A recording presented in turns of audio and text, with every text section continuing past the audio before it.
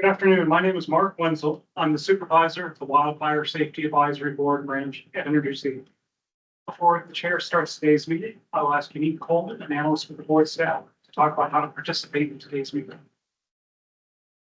Thank you, Mark. We welcome public comment during the general public comment period on the agenda and if desired after any agenda item. The public may participate and comment in person or remotely by Teams or by phone. Please note that public comment may be limited to 3 minutes per participant. Participants will be called upon in turn. Participants can use the raise hand function on the Teams video conference and they will be called upon. Participants on the phone may dial *5 when they wish to speak to be placed in a queue by the operator. Please note that the chat is disabled. You may send written questions and comments during the meeting to our email address, wsab@energysafety.ca.gov. You may also submit written comments after the meeting to the same email address, wsab@energysafety.ca.gov, or to the docket for this meeting. Instructions for doing so are in the agenda. Written comments we receive will be posted on the docket portion of our website. Relevant materials for today's meeting may be found on our website. The link can be found on the public agenda for today's meeting. Meeting materials are also available in the room. For those of you who are present in the room, you may sign in at the signage sheet. For those of you joining us today at the physical meeting location, should emergency evacuation be required, please proceed out the doors and onto 4th Street. Our meeting location will be on the corner of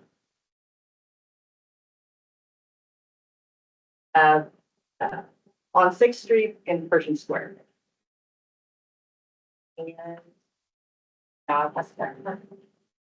Thank you, Unique. Chair Block, we've completed the housekeeping announcements.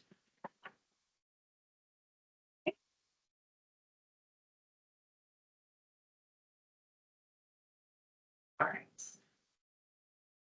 Thanks, everyone. My name is Jessica Block. I'm chair of this board, and I'll now call this meeting to order. Today is September 3rd, 2025, and this is the meeting of the Wildfire Safety Advisory Board. To begin, Mark, will you take the roll call? Board Member Armstrong. Present. Board Member Armstrong, present. Board Member Batcher. Here. Board Member Batcher, here. Chair Block. Here. Chair Block, here. Board Member Haynes. Here. Board Member Haynes, here. Board Member Mader. Present. Board Member Mader, present. Vice Chair Porter. Board Member Seifert. Here. Board Member Seifert, here.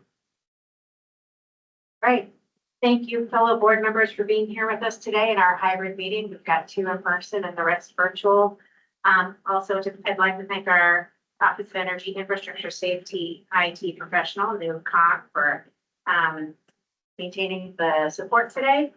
I'd like to also thank our supervisor, Mark Wenzel, and our senior policy advisor, Sean Richards, and our analyst, Unique Coleman, and our new, I'd like to recognize our new advisor, Gifford Long, for being here today. He's just joined recently. And I'd like to thank the DGS staff for their technical support in the room. And welcome, Gifford. Welcome, Gifford. Thank you for being here for your first board meeting. I'd like to make a couple of opening comments. Yesterday, we were lucky to get a wonderful tour of the region around the initiation of the Eaton Fire and had an informative and educational discussion with CAL FIRE around the inception and fighting of that fire. And this morning, we had a wonderful tour with LADWP looking at the Palisades reconstruction. And both tours have been incredibly informative to us at the board and to the staff, and we're very thankful for everyone's time. And they will certainly be informing our opinions as we move forward. Now, I'd like to ask my fellow board members if there are any other opening statements. And we have a way to check hand raising. Any board members are welcome to speak now or to use the hand raise function for the call.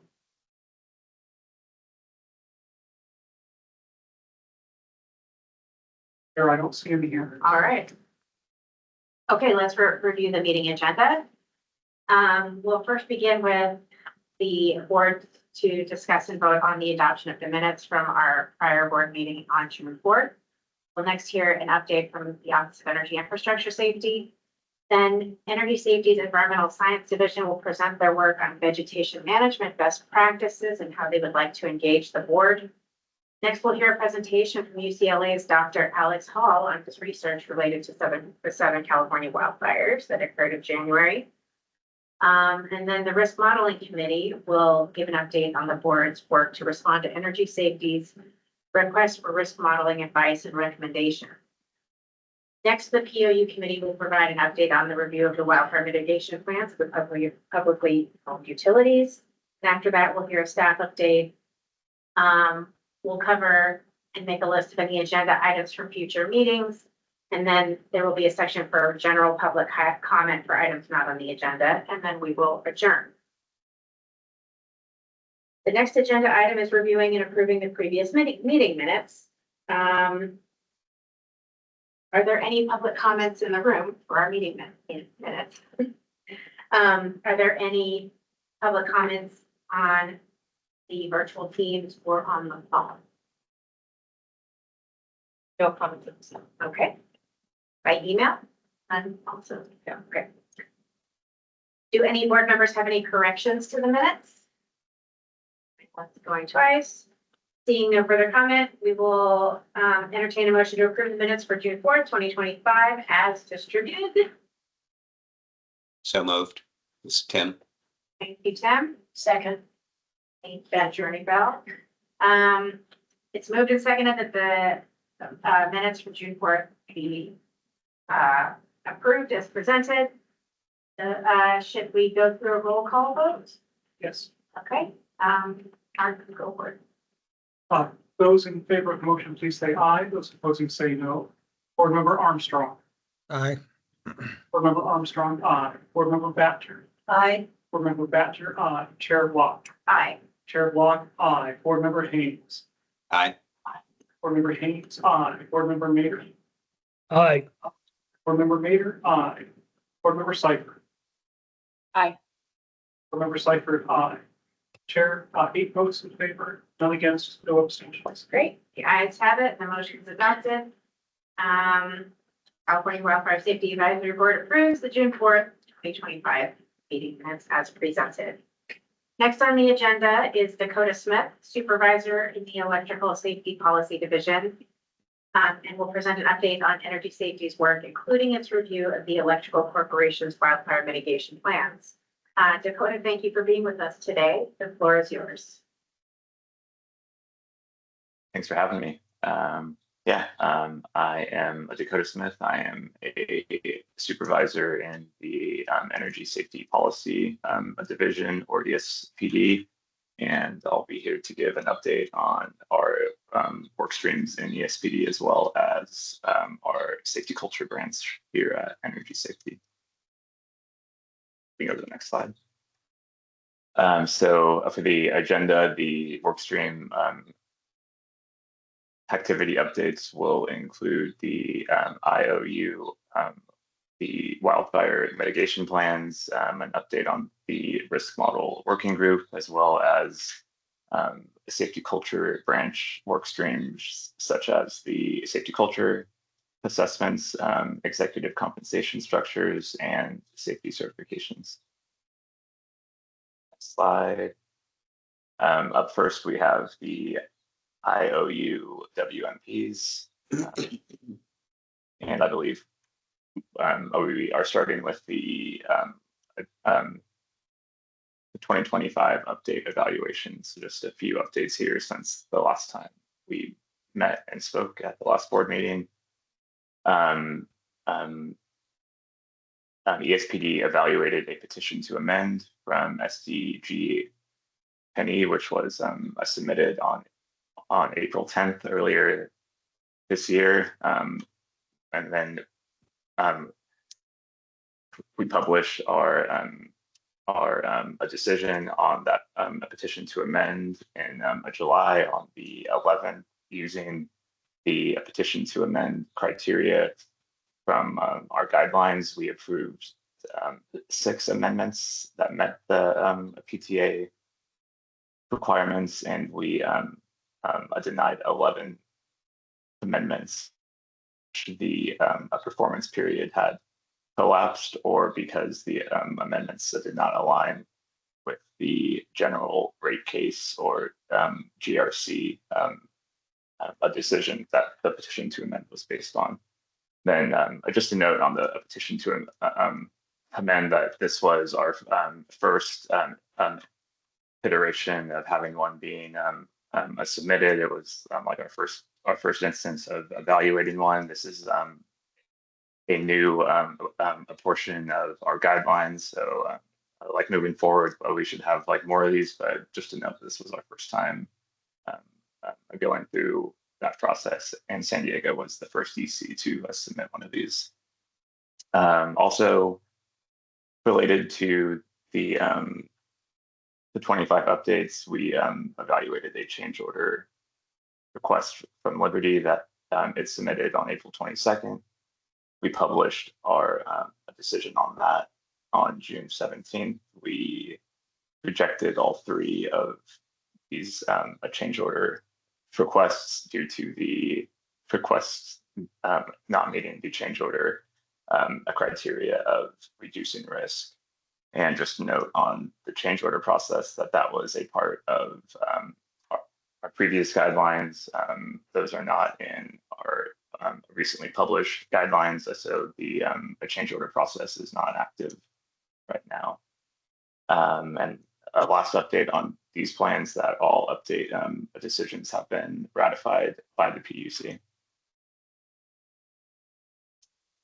All right, update on the 2026 to 28 base plans. We have received all of the plans from all 9 of the IOUs, including the ITOs. We are currently evaluating sending data requests and having internal discussions. Of note, for the past few months, we issued revision notices to a PG&E and SCE. For PG&E, that was in late June, and then for SCE, that was last month on the 15th. These revision notices were due to critical issues that we found in their planned submissions. PG&E submitted a response in late July, and SCE's response is due in a couple weeks this month on the 15th. We also issued a rejection in order to resubmit to SDG&E on June 24th. This differed from a revision notice because this was issued due to their submission not conforming to the specific requirements that we have in our WMP guidelines, and we received a revised WMP from SDG&E on July 18th. Also of note, we held public workshops on May 21st and July 29th. These workshops in total covered all 9 of the IOU's plans. This year, we had a bit of a different approach. We had a specific prompts for the ECs to address. In past years, we had panels. In past years, we had the ECs like walk through the highlights of their plan. But this year, we tried a new approach with the prompts, and we got some responses and like more interaction from stakeholders. So that was new this year. And also recently, we published a revised evaluation schedule on the 15th that extends all of our draft decision dates. So that has been recently posted to our docket as well. All right, I think we go to the next slide.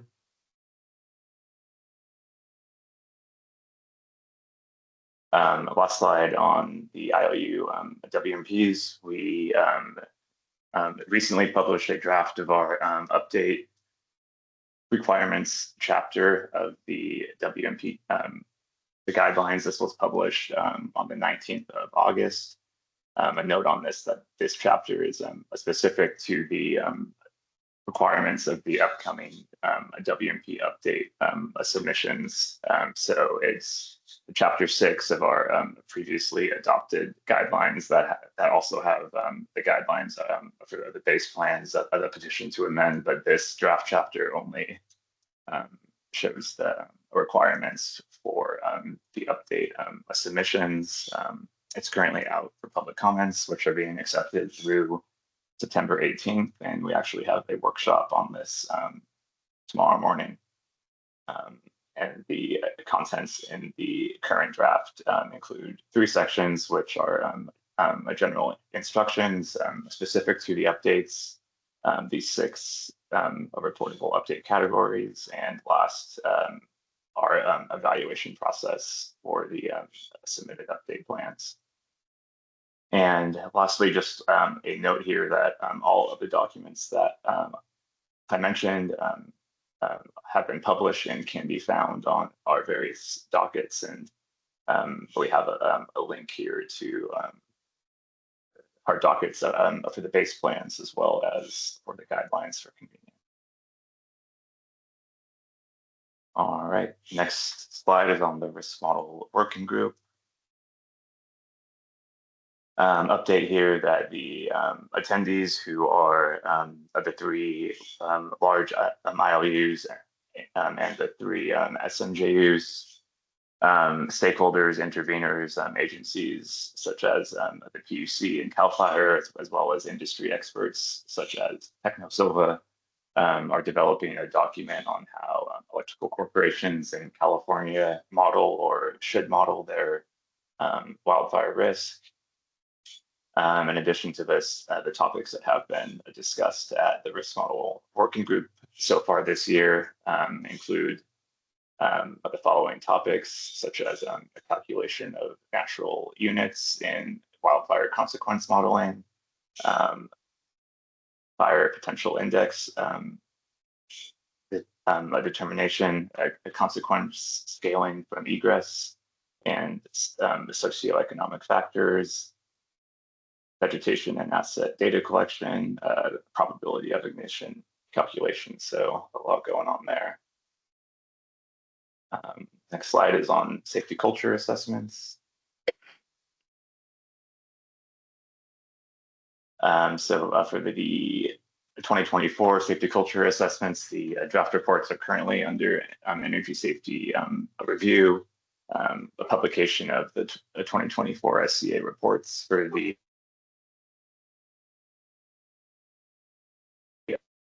Q3 this year, and for the 2025 SCAs that is scheduled to kick off in Q4 of this year, so pretty soon.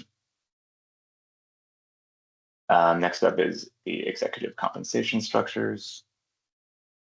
Bear Valley, PG&E, SCE, and SDG&E submitted its 2025 executive compensation structures on the 23rd of May of this year, and publication 2025 executive compensation structure decision letters are targeted for late Q3 of this year. And last, we have the safety certifications. We adopted our safety certification guidelines on April 25th of this year, and a publication of the 2025 safety certification request schedule is also targeted for late Q3 2025. So a lot happening pretty soon. And that's all I have for updates, but I'm happy to take any questions. Great. Thank you, Dakota. Are there any public comments in the room? Are there any public comments on Teams or on the phone or by email? for Dakota's presentation. No comments. Okay. Any comments or questions from the board members on Dakota's presentation?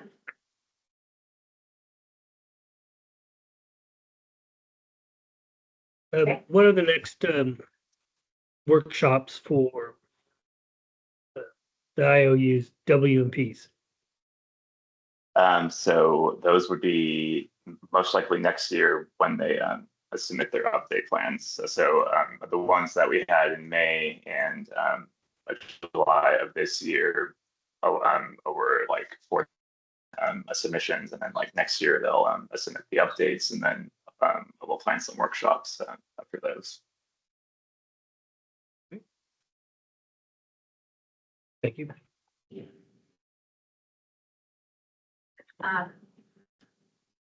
I'm eager to see what the responses are for the SDG&E and PG&E resubmissions, but that's just my only comment. Are there any other questions from board members? Chair Block, this is Board Member Haynes. Go for it. I don't have a comment in particular to the presentation. I just want to, as a house cleaning or keeping matter, note that the raise hand feature is disabled. And so you might have those of us who are attending remotely just piping up without any notice. Okay, that's great. Thank you for the attention, and I will if you can try to troubleshoot that for our board members, that would be awesome. Thank you for taking that to our attention. Okay. With no other comments from the board, I will move on to the next agenda item. Thank you, Dakota, for being with us. And I hope you can stick around. Because we actually do have some of the content from our for this board meeting will be relevant to your risk model working group agenda items in terms of modeling wildfire risk. Anyway, thank you for your time. For our next item, Colin Lang, Supervisor in Energy Safety's Environmental Science Division, will present on the Energy Safety's Vegetation Best Management Practices and its request for board recommendations. Colin, I think I saw that you are here. Are you here? I am here. Great. The floor is yours. All right. Yeah. Good afternoon, everyone. Some of you will likely remember this work stream from many years ago, and I'd like to bring it back to your attention. And I'm going to discuss establishing utility vegetation management best practices specific to wildfire safety. Just a quick agenda. We'll go over the background of this work stream. We'll talk about the topics that energy safety has chosen to pursue. We'll go over the plan about how we're going to get this done, a tentative timeline for that plan, and of course, last but not least, how we would like to engage the board in this work stream. Okay, background. A very long time ago, in 2022, we identified the need for this work stream. At the time, Energy Safety noticed that there were components of the wildfire mitigation plans that were not consistent across electrical corporations. I think we can safely say that is still true. And with those differences, it is unclear which electrical corporation is doing things correctly or the right way, the best, perhaps most efficient way. We recognized several areas where we had gaps in our own knowledge that limited our analysis of some of the components of the wildfire mitigation plans. This included, of course, utility vegetation management specific to wildfire safety, which we're talking about today. But that also included how to include climate change in planning and decision making. Similarly, how to recognize community vulnerability in planning and decision making, and of course, the risk model working group that you know all about. At the time, we committed to holding a series of scoping meetings to clarify current differences between electrical corporations, including vegetation management. I'll note before we move on that the climate change and community vulnerability have been, in essence, rolled into the risk model working group. So those continue as part of the risk model working group that is headed up by Will Dundon and Andy Biggs in in ESPD.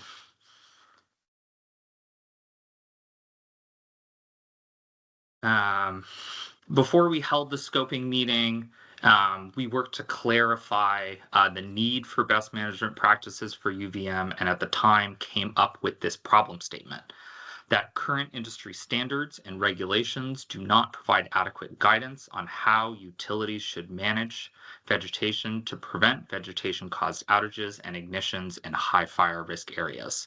As a result, the utilities have adopted differing strategies to raise the standard of care in high-risk areas. The utilities, energy safety, and of course, relevant stakeholders should strive to determine effective practices and establish standards and expectation for vegetation management for reducing wildfire risk, while of course considering the diverse biological and cultural resources of California. California, as you know, is enormous and is very geographical and topologically different from north to south and east to west. So we want to create best management practices for all of those areas, and we know how hard that can be.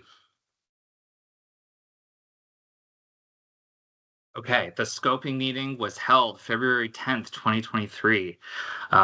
It featured two experts, Steven Siskowitz and Larry Kahn.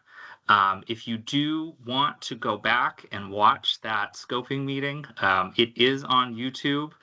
It is like 2.5 hours long, so highly suggest that you put it on 1.5 speed if you do, if the urge to watch it hits you.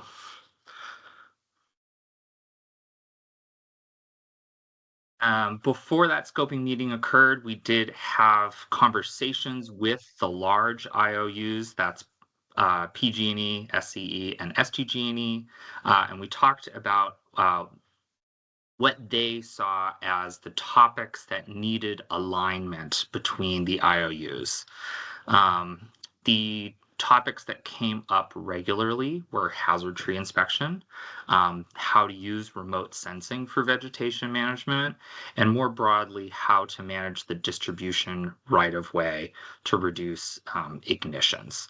There were several other topics that came up, including training, contract management, quality management, like quality assurance and quality control, pole clearing that is done in excess of Public Resources Code 4292, customer landowner notification, and post-fire recovery and restoration. The scoping meeting's goals was to identify and prioritize those topics that needed alignment, and also to discuss how we might achieve alignment. And of course, the ultimate goal after the scoping meeting was to establish those standards and expectations regarding utility vegetation management. I thought this was interesting. This at the time, we did a little poll in the scoping meeting, and at the time, a lot of folks thought that employer and contractor training was the most important topic, followed very closely by hazard tree inspection and mitigation and distribution right-of-way. I'd be interested in understanding a little bit better about the different practices in the distribution right-of-way management that they were discussing and the need to come to some standard. Sure. Most of it was around how to apply integrated vegetation management to a distribution context. So the electrical corporations have very broad authority to manage particularly transmission right-of-ways in the way they see fit, right? They have a lot of incentive from NERC to prevent outages on that distribution corridor.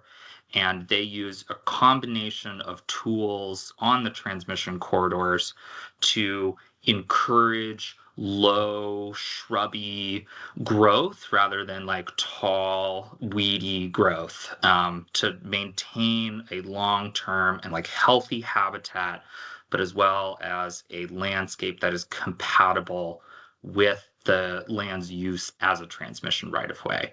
So that can be anything from applying herbicide to mowing to targeted weed removal to removal of invasive species that includes both trees and grasses.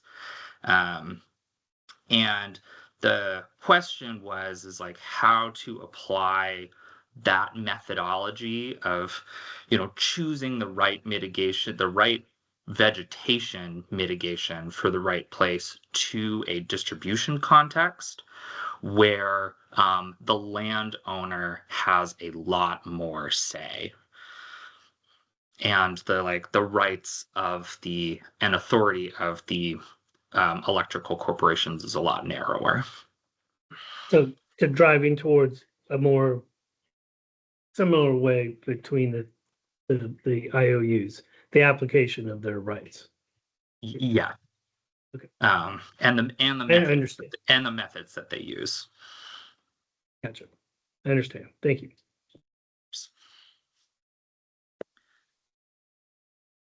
Okay.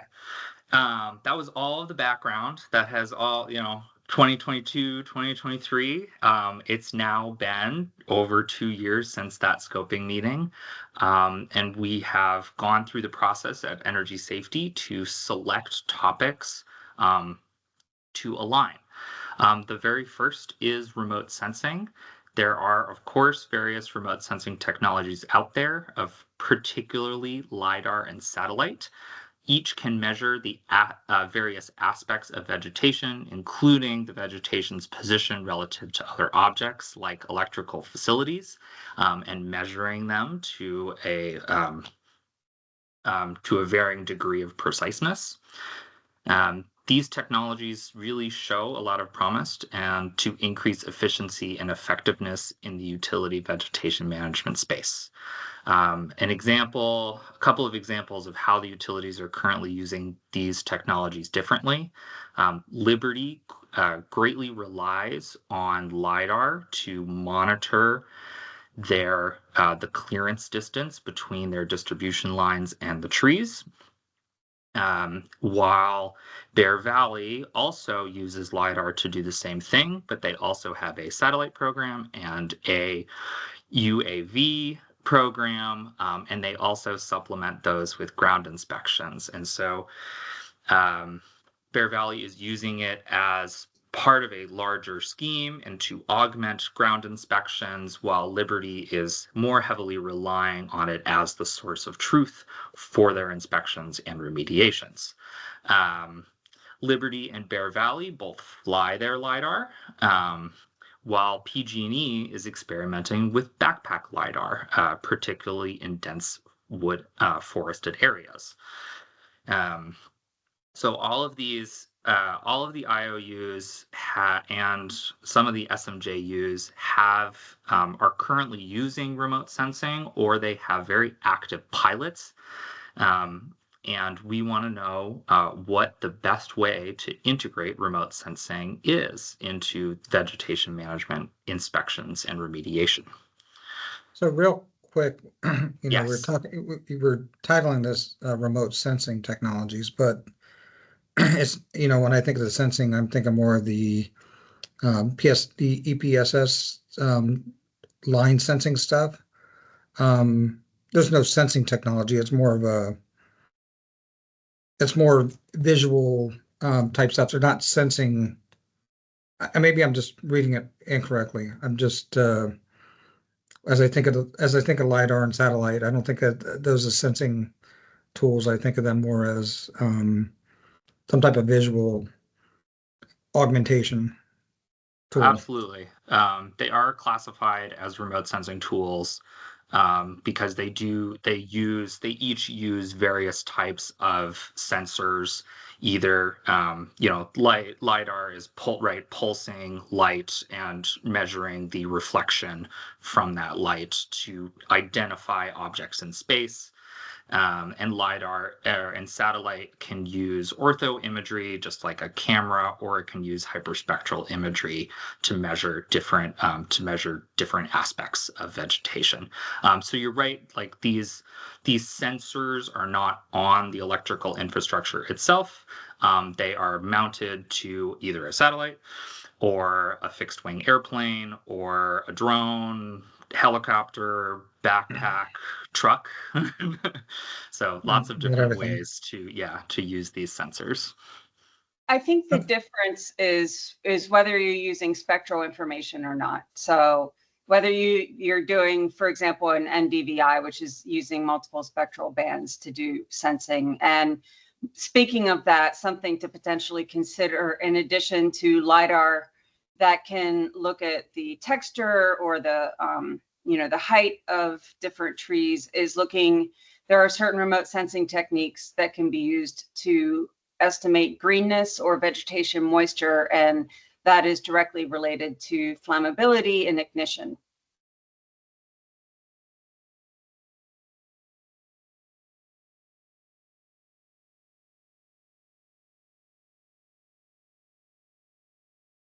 Thank you. I did write that down. I know that we've discussed internally that like that NDVI or measuring of greenness in some way could be particularly useful for vegetation management to help identify areas of tree mortality, for example. Measuring vegetative moisture is perhaps more related to the risk modeling aspect. And that's certainly something we can explore an application for in VM. There's a blurry line between using remote sensing for inspections and remediation and remote sensing. There is, of course, a crossover. Where that line exists, I don't know, but that is definitely something we can explore. It's also dependent on seasonality, of course, because we're in a Mediterranean ecosystem across the state, so we have distinctive wet and dry seasons throughout the year.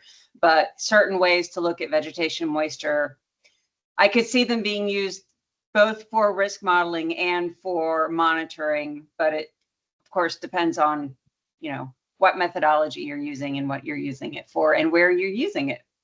Agreed. And when it is collected, and how many times a year it's collected. And there are some electrical corporations who, for instance, Bear Valley only collects satellite data once a year, and they could likely gain more knowledge and information about the condition of their local forest if they collected several times a year.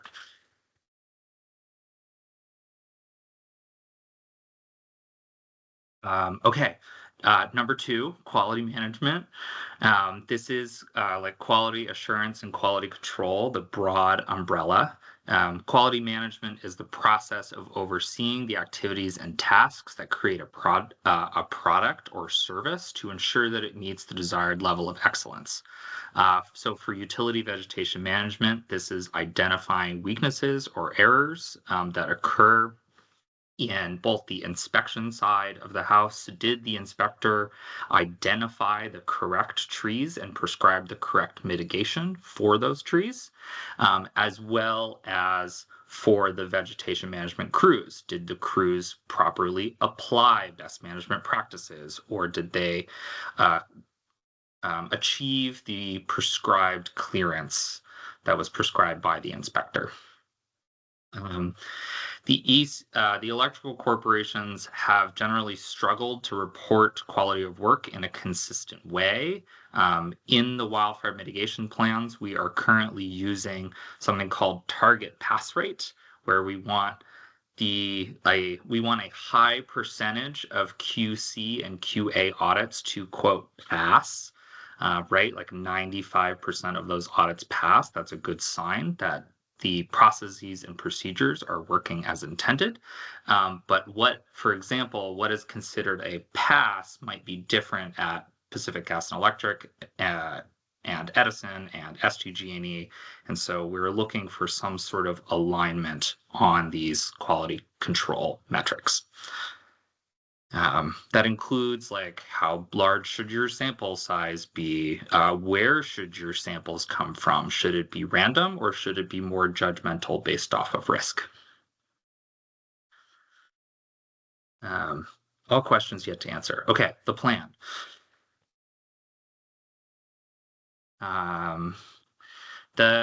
This is just to point out that even since the scoping meeting in 2023, the problem statement and the goal remains the same. We believe that current industry standards do not provide adequate guidance for high wildfire risk areas, and our goal is to establish best management practices for the state.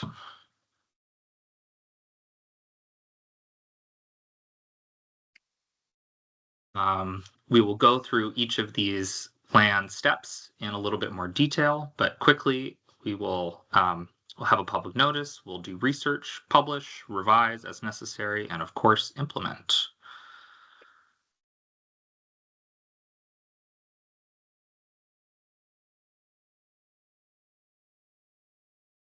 Our plan is to publish a 1 to 2 page letter alerting the electrical corporations, this may be their notice right now, and stakeholders of this process to establish best management practices and of course the selected topics. We want to make sure that they are engaged early in this process.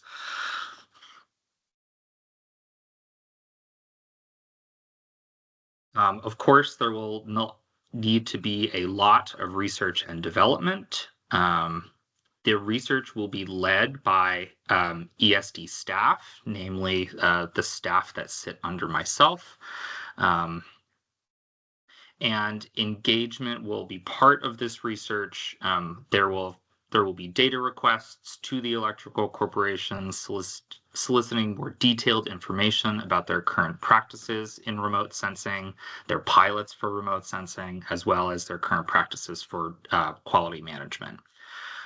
We intend to have targeted interviews both with the electrical corporations as well as academics and industry experts.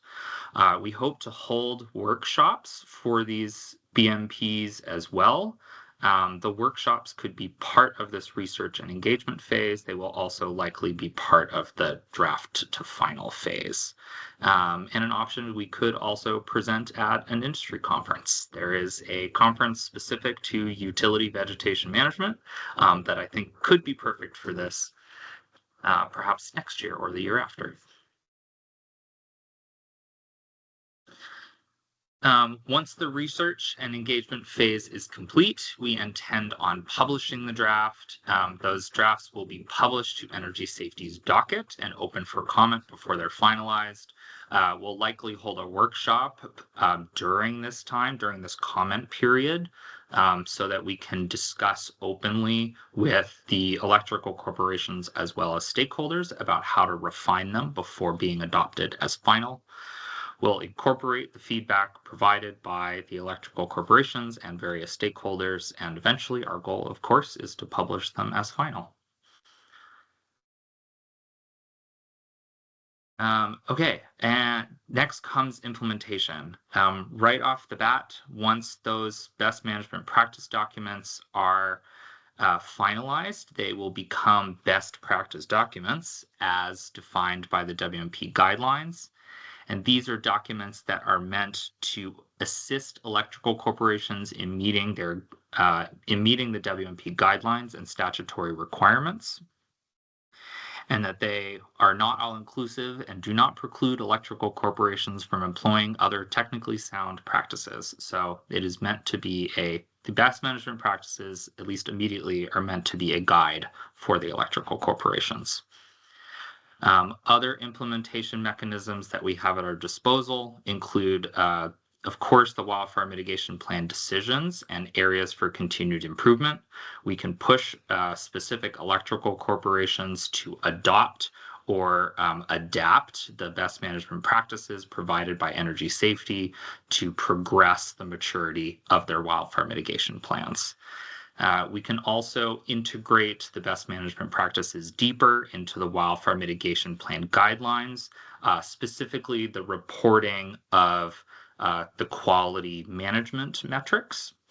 And we can also utilize the Public Utilities Code Section 326A, which allows energy safety to make recommendations to update safety requirements at the Public Utilities Commission.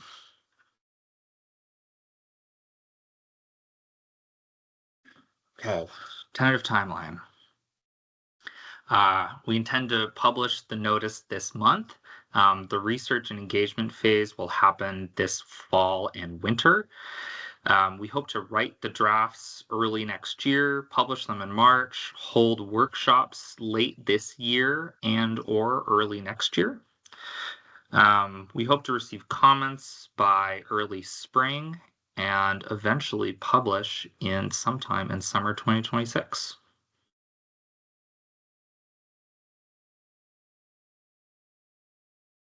Board engagement. Okay. A few venues that we've identified for potential board engagement include, of course, targeted meetings with the Vegetation Management Committee. We hope that this occurs mostly during the research and engagement phase that will start this month and go through early next year. We also hope to update you all on how the research is going during the December Wildfire Safety Advisory Board meeting. And of course, we hope to distribute early drafts of the best management practices to the board for review. Some input that we need on these best practices, it's not limited to these items, but certainly the scope of the BMP documents and research. That is, what aspects of remote sensing and quality management should the BMP documents research and cover? There's a wide range of things that it likely could cover. But we probably can't capture it all. We're also looking for advice at who are the experts in the field, both academic and in the industry. We're looking for contacts at the public utilities to explore how they are using remote sensing, or if they have a strong quality management program, we'd love to talk to them. We'd also like to understand what the existing research is, as well as the gaps in the research.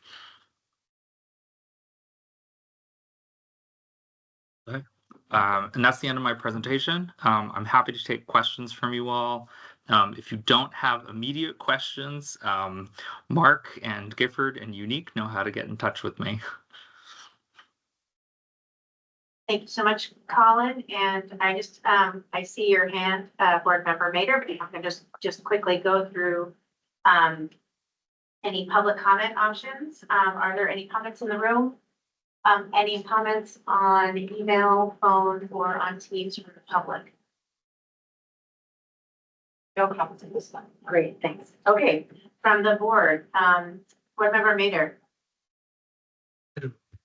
All right, Colin, I'm thinking when I'm hearing this is like you're establishing standards in a way, their best management practices, probably going to be a lot more like guidelines.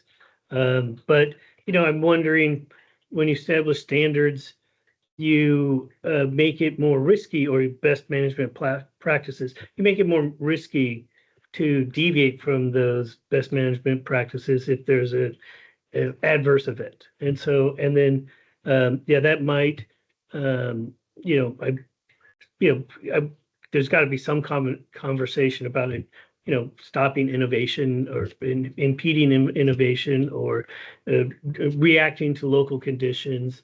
And then, how are you planning, are you thinking, or has there been some discussion about conflicts between the IOUs and what is a best management practice? The deserts for some areas have a lot different risk for forests around, say, Lassen Park and things like that. So I'm interested to hear your thoughts on those two areas. Absolutely. Those are extremely important considerations. And, these BMPs are not meant to stifle innovation. In my mind, they are meant to provide guidance, and set like a low bar, right? Some sort of standard.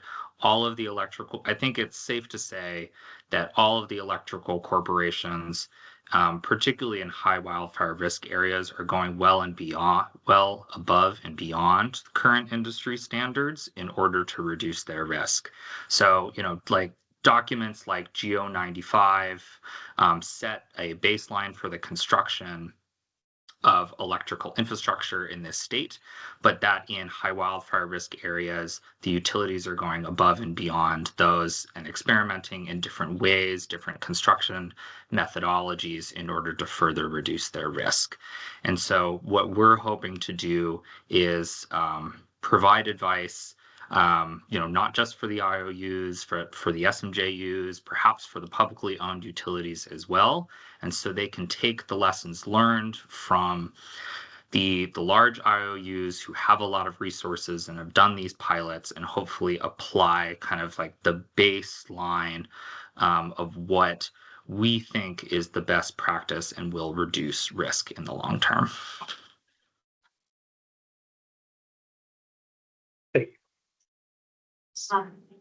Hi.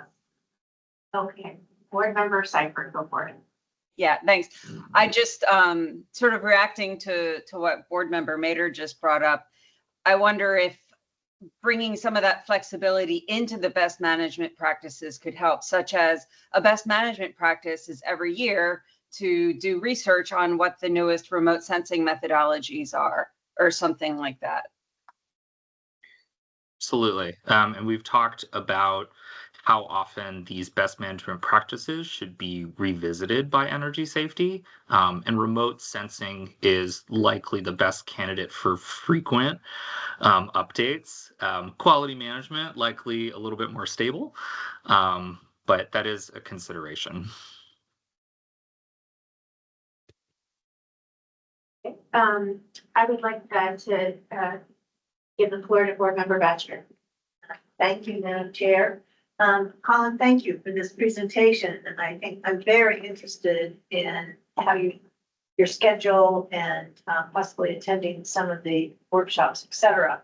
How are you going to incorporate, perhaps you gave it in the presentation and I just didn't catch it, some of the new technologies that are coming about so rapidly, and some of the IOUs have even done some pilots with them with early fault detections, technology, as well as the remote sensing technology. It seems like rapidly we're gaining on some good, provable, scalable technologies. And are you going to incorporate, or have the IOUs demonstrate some of those pilot opportunities that have been successful for them? Absolutely. And that's one of our goals. There are lots of, these sensors that do attach to the electrical infrastructure, and we won't be focusing on those for these best management practices, but rather those technologies that can augment vegetation management inspections and remediations. As you mentioned, like it is pretty a rapid development of these technologies. The utilities do seem to have landed on the use of LiDAR and satellite in particular. So we'd really like to explore those two technologies in particular, and understand what pilots are going on. SCE, for example, has a very active pilot, very large pilot, using LiDAR right now. And we'd like to understand, through the fall and early next year, hopefully what the results of those pilots are and how they plan on using the information from those pilots to operationalize a long-term LiDAR program, as well as, what gaps they see in their pilot and what they think needs to be improved as part of the program and kind of the next iteration of the use of LiDAR. but also I'm interested in other types of technology beyond LiDAR. So I'm just hoping that you guys have the flexibility to maybe have some of the IOUs present some of the newer technologies. Not that LiDAR is not new and improving all the time, but some other technologies. So if we're sort of, I'm hoping, open to showcase, if you will, or at least show what some of the IOUs are doing that are on the cutting edge. Absolutely. If it relates to vegetation management and it fits within the scope of remote sensing, I would love to hear about it. Okay, will do. Thank you. Board Member Armstrong, floor is yours. Yeah, mine was just a comment, following after, board member Mader's comments. I too was thinking the same thing. Given the obstacles we had when we tried to look at best practices with the POUs to start with, and everybody's area is different, geography, all that type of stuff. But as the more I thought about it, I think the two topics that were picked are two topics that actually were wise choices. I think when we think of the QA/QC stuff, it's things that what's going on out there now. And as we bundle everything under remote sensing, I mean, I think that's something that it's a starting place, but it's, remote sensing covers a lot of different things. So mine was just a comment. Yep.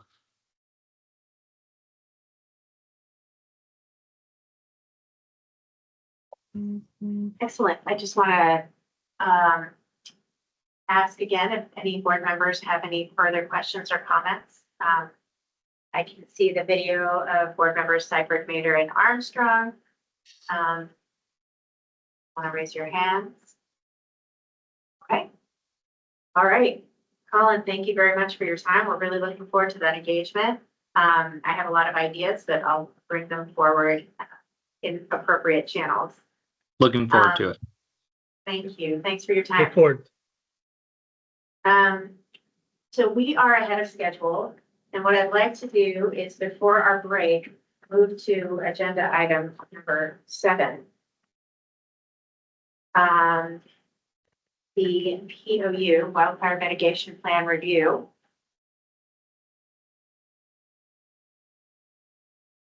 I'd like to request that the POU committee provide an update on the review of the 2025 wildfire mitigation plans from the publicly owned utilities and electrical cooperative. May I hand that off? Let's see. That belongs to. Chair, I see board member Mader is on, and he has asked Gifford to present on his behalf. Fantastic. Gifford, the floor is yours. Hi, thanks for that, and happy to present on behalf of board members Vader and.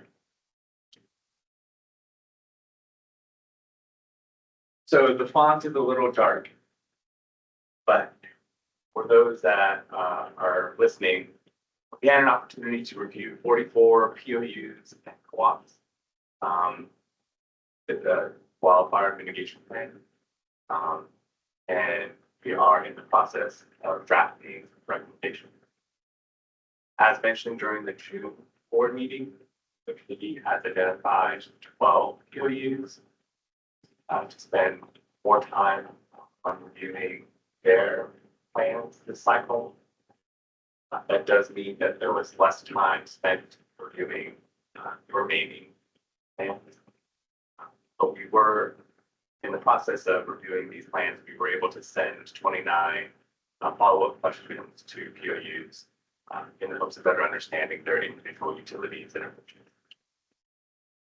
It may have been mentioned previously, but there's a wide variation in risk profiles across the POU plans.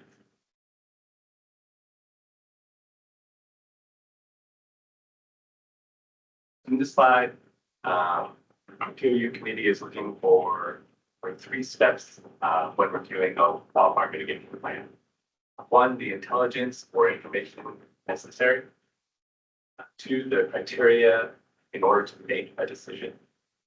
And 3, the ability to act on that decision. The foundation for that is identifying risk. And so in reviewing plans as such, recognize and acknowledge that all utilities wildfire mitigation plan reviewed refer to the CPUC's high fire threat district map to identify areas of higher risk. We'll note that some plans added information from CAL FIRE's fire threat severity zone maps earlier this year, and or indicated they were using data from CAL FIRE's wildfire forecast and threat intelligence integration center, or WITTIC. They're also sometimes partnering with emergency responders and community groups to determine risk in a localized context. A few POUs went even further and were more specific about the location and type of infrastructure, vegetation, etc., and use that information to inform their decision. Some of the draft recommendations are for utilities to mature in this area and move to more detailed and specific descriptions of their wildfires. The second focus area for review this year was preemptive de-energization, which goes by several names, including Public Safety Power Shuttle, or PSPS. Recognize that preemptive de-energization is an important tool in reducing risk, that it is a temporary measure when wildfire risk is especially high. And PSPS does have other impacts that have to be weighed in decisions when de-energizing a line. The maturity progression in WMPs starts with those POU and includes some with significant wildfire risk, but that have only basic elements. They may use, for example, they may only use external information like red flag warnings that are not necessarily targeted to utility risk. There's criteria that is expressed as, quote, extraordinary circumstances, end quote, that are not necessarily specific for action and or limited efforts to mitigate the impact of a potential de-energization. At the higher end of maturity are utilities that have clear risk identification, just using weather data and other intelligence specific to their energy infrastructure and service territory. Use specific criteria to make a decision and or have steps to mitigate negative impacts, such as providing backup power for sites or infrastructure, like those customers with medical needs. This serves a good example. This serves as rather a good example of the framework of intelligence informing decision making that drives the ability to act appropriately. And this is another area where the draft recommendations would encourage many utilities to continue to mature. And if I may, Gifford, just for a moment, hop in. When we were looking at what POU mitigation plans that we needed to focus on, it was recognized that we simply don't have the resources. We've presented on that before to do the level of review that's necessary for all of the POUs every year. We're going to meet our obligations on those reviews, but in order to provide a more in-depth detail, we did focus on the 12, and the 12 were ranked in terms of the amount of risk that they potentially pose by uncovered overhead conductor. That's the primary metric that we use to determine where we were going to go deeper. And in reviewing of our previous reviews, we really we found that we needed to be more specific in advising the POUs in areas specifically around the preemptive de-energization. Like the plans would talk, some of the plans were rather vague about, yes, they would, but then it talk about, how they monitor intelligence. What are the steps? What are they monitoring? How do they make sure that there's a hierarchy established that can make decisions of when to make this decision. And in light of recent wildfires, it's a blessing that it wasn't a POU involved, but the consequence of a potential fire was just demonstrated, and it brought back the horrors of previous wildfires. And we felt that it was our duty to shake up how we're doing these evaluations, and specifically, look at driving the highest priorities at the highest potential risk mitigation plans. Thank you, Board Member Mader, for the additional context. That's absolutely true. And with that, I'll talk over the last slide, which I think is timeline. And so the intention is for the draft report to come to board members next week, and staff will also revise the draft based on feedback. For November, there will be a version published for public comment by October 10th, with a planned 3-week comment period. Sorry, so now November, staff will then create a final draft that considers the public's input, and that adjudicated version will be presented at the December board meeting for potential adoption.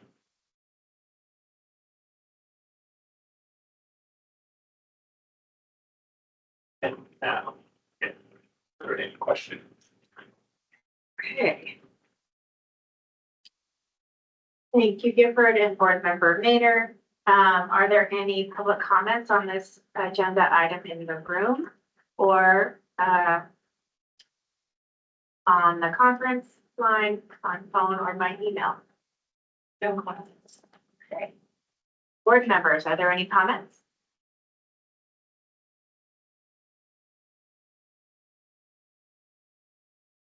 I think this is our first round of reviewing POUs in this new light, and so I'm eager to see the draft and to see the depth of the characterization of the risk. Sounded like there was a lot of impressive content in the plans review, so I'm looking forward to seeing that. Okay, so from here I will a motion to take a break. Yeah. Can we take a 10-minute break? Yeah, so I would like to propose we take, so that closes this, this agenda item, reviewing the POU WMPs, and we will re-adjourn at 2:22. So we'll mute from here and we'll see you all at 2:22. Thank you very much.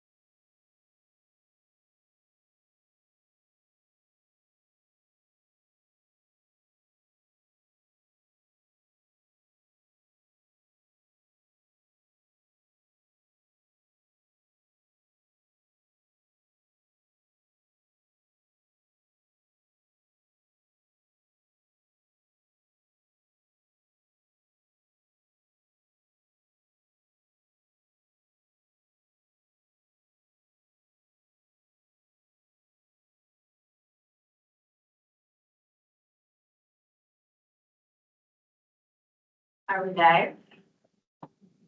Yep, we're good. Good. Okay. Thank you all. Welcome back.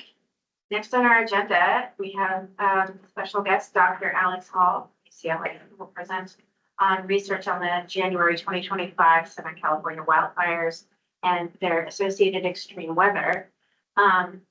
Dr. Hall, thank you for being here with us, and the floor is yours. Thank you so much. Yeah, it's a real pleasure for me to be here, and I really appreciate the opportunity to talk to you. Pause 1 moment. Can people on the call hear Dr. Hall? Is he too far from the mic? This is the mic right here. No, and Where? And all that stuff. Oh, on the stand. on the owl. Yeah, okay. Yeah. So that's, speak to the owl. Yes. It goes into the owl. Take fire. Okay, Okay, great.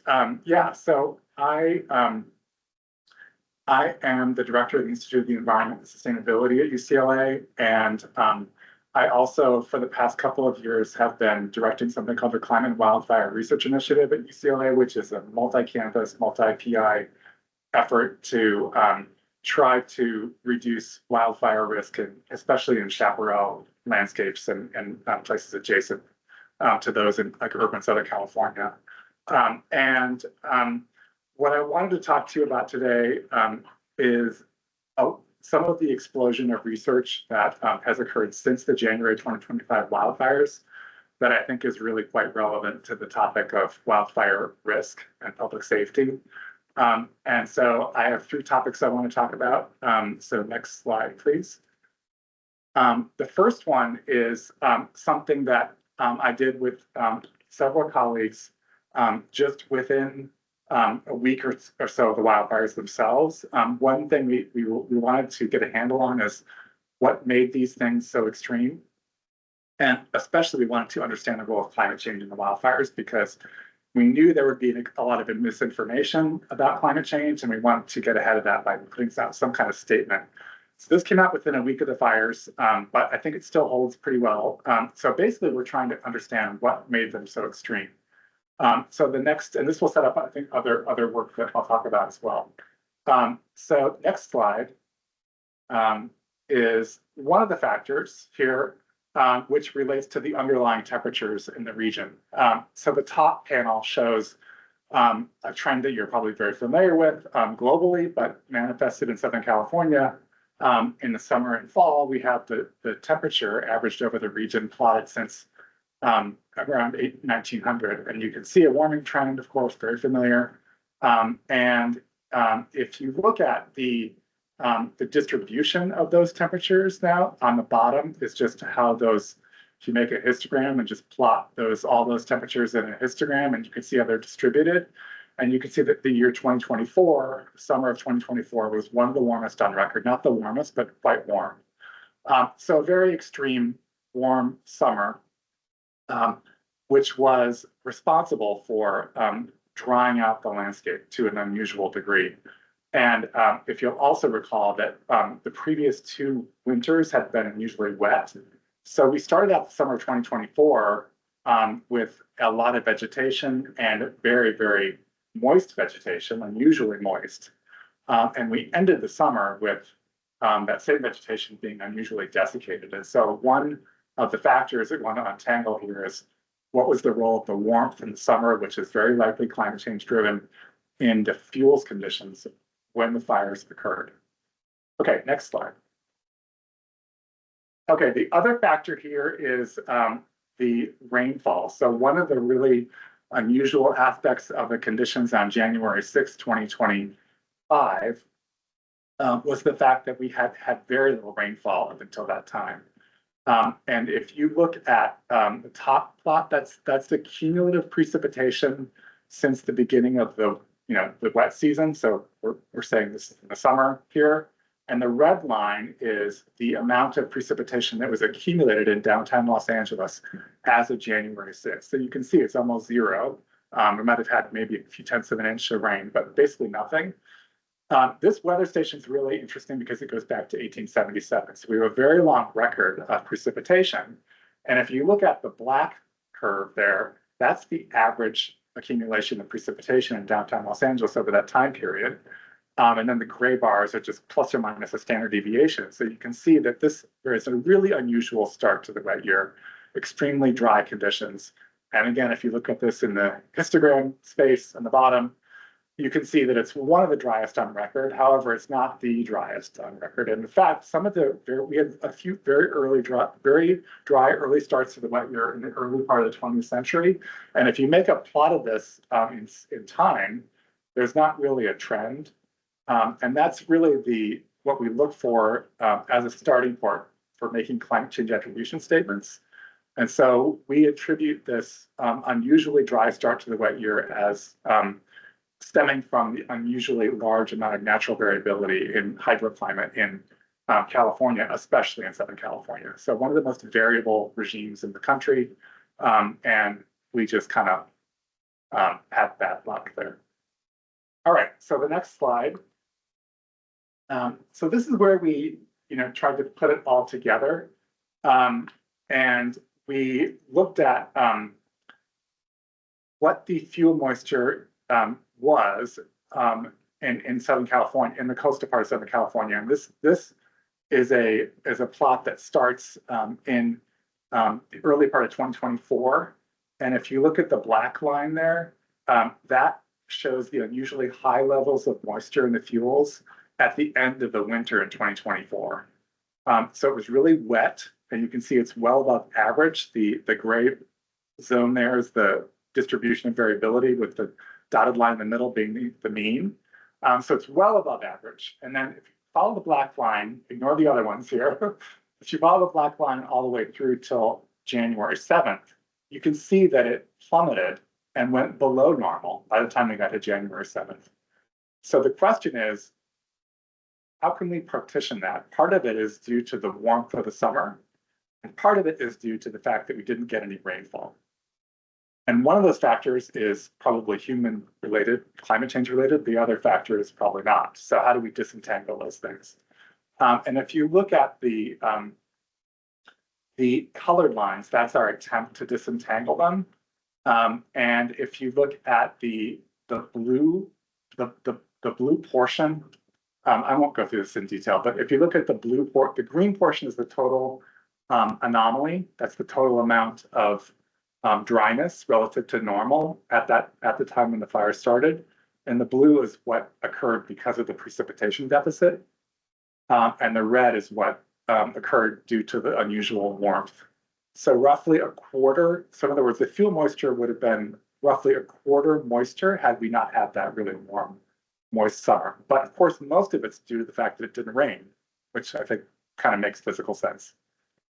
Okay, next slide.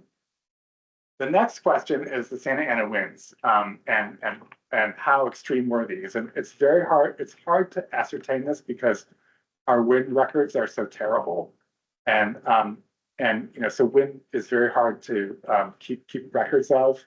But we do have a few stations here at the airports. So we have LAX, Santa Monica, and Van Nuys airports, and we can look at the winds during Santa Ana wind events at the airports, and we can look at what the winds were like on January 6th and 7th, or maybe 7th and 8th there.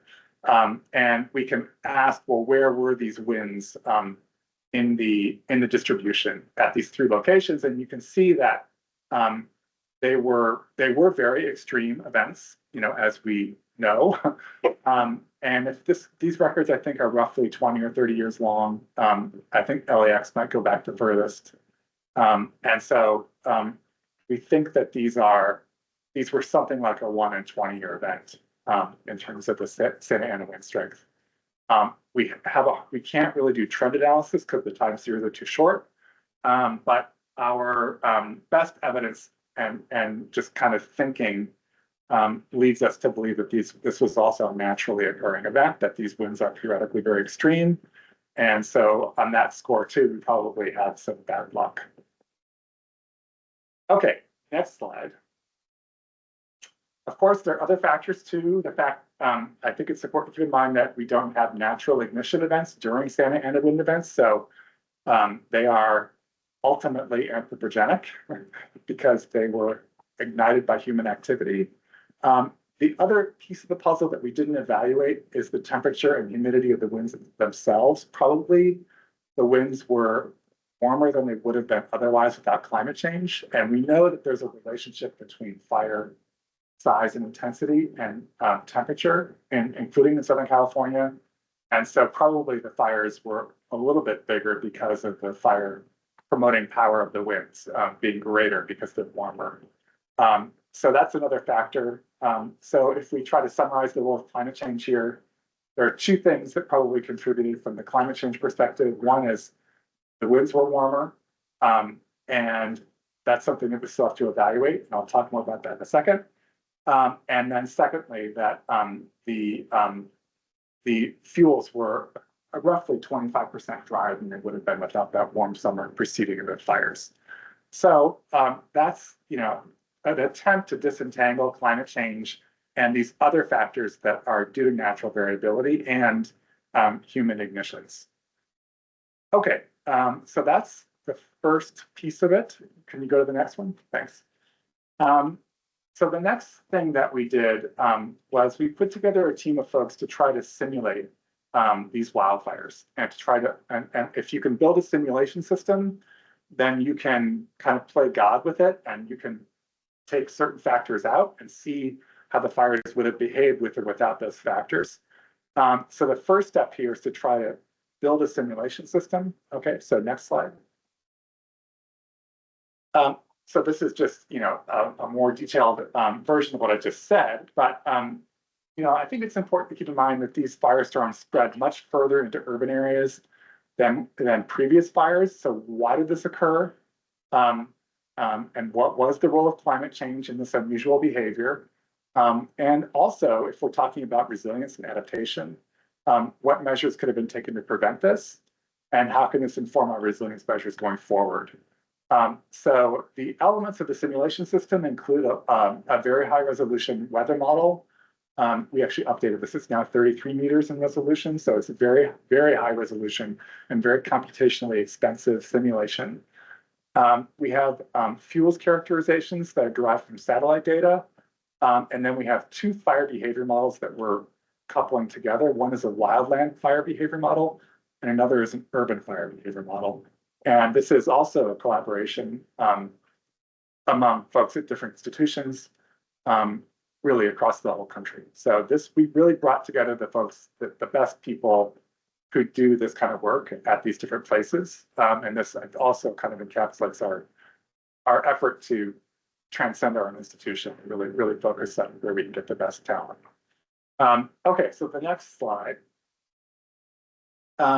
is more about our motivation.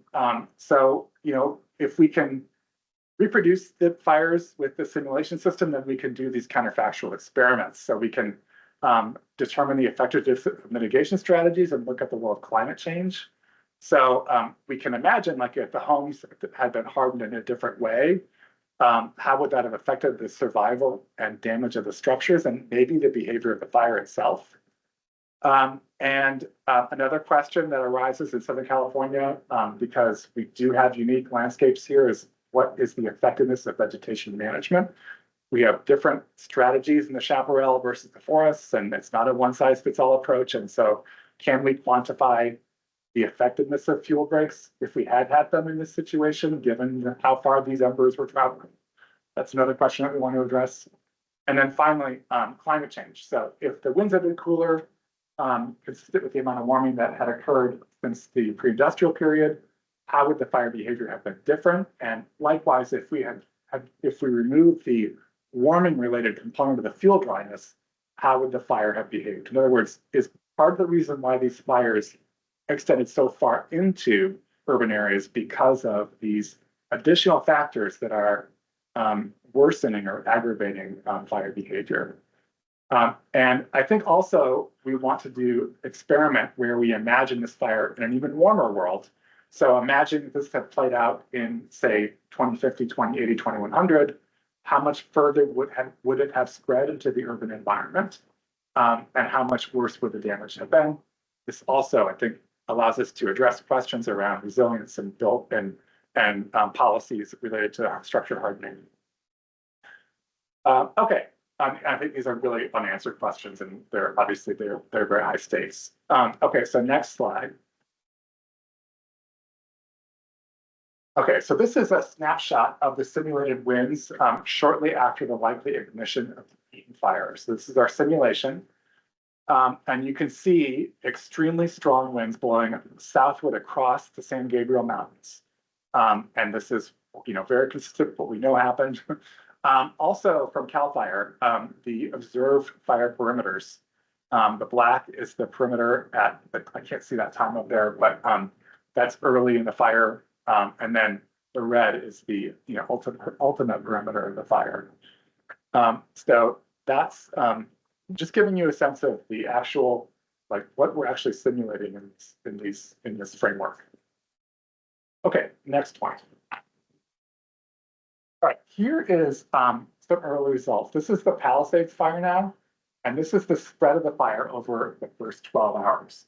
And the green is, the yellow is the wildland fire, and then you can see the structures being burned as well. That's the purple and the red.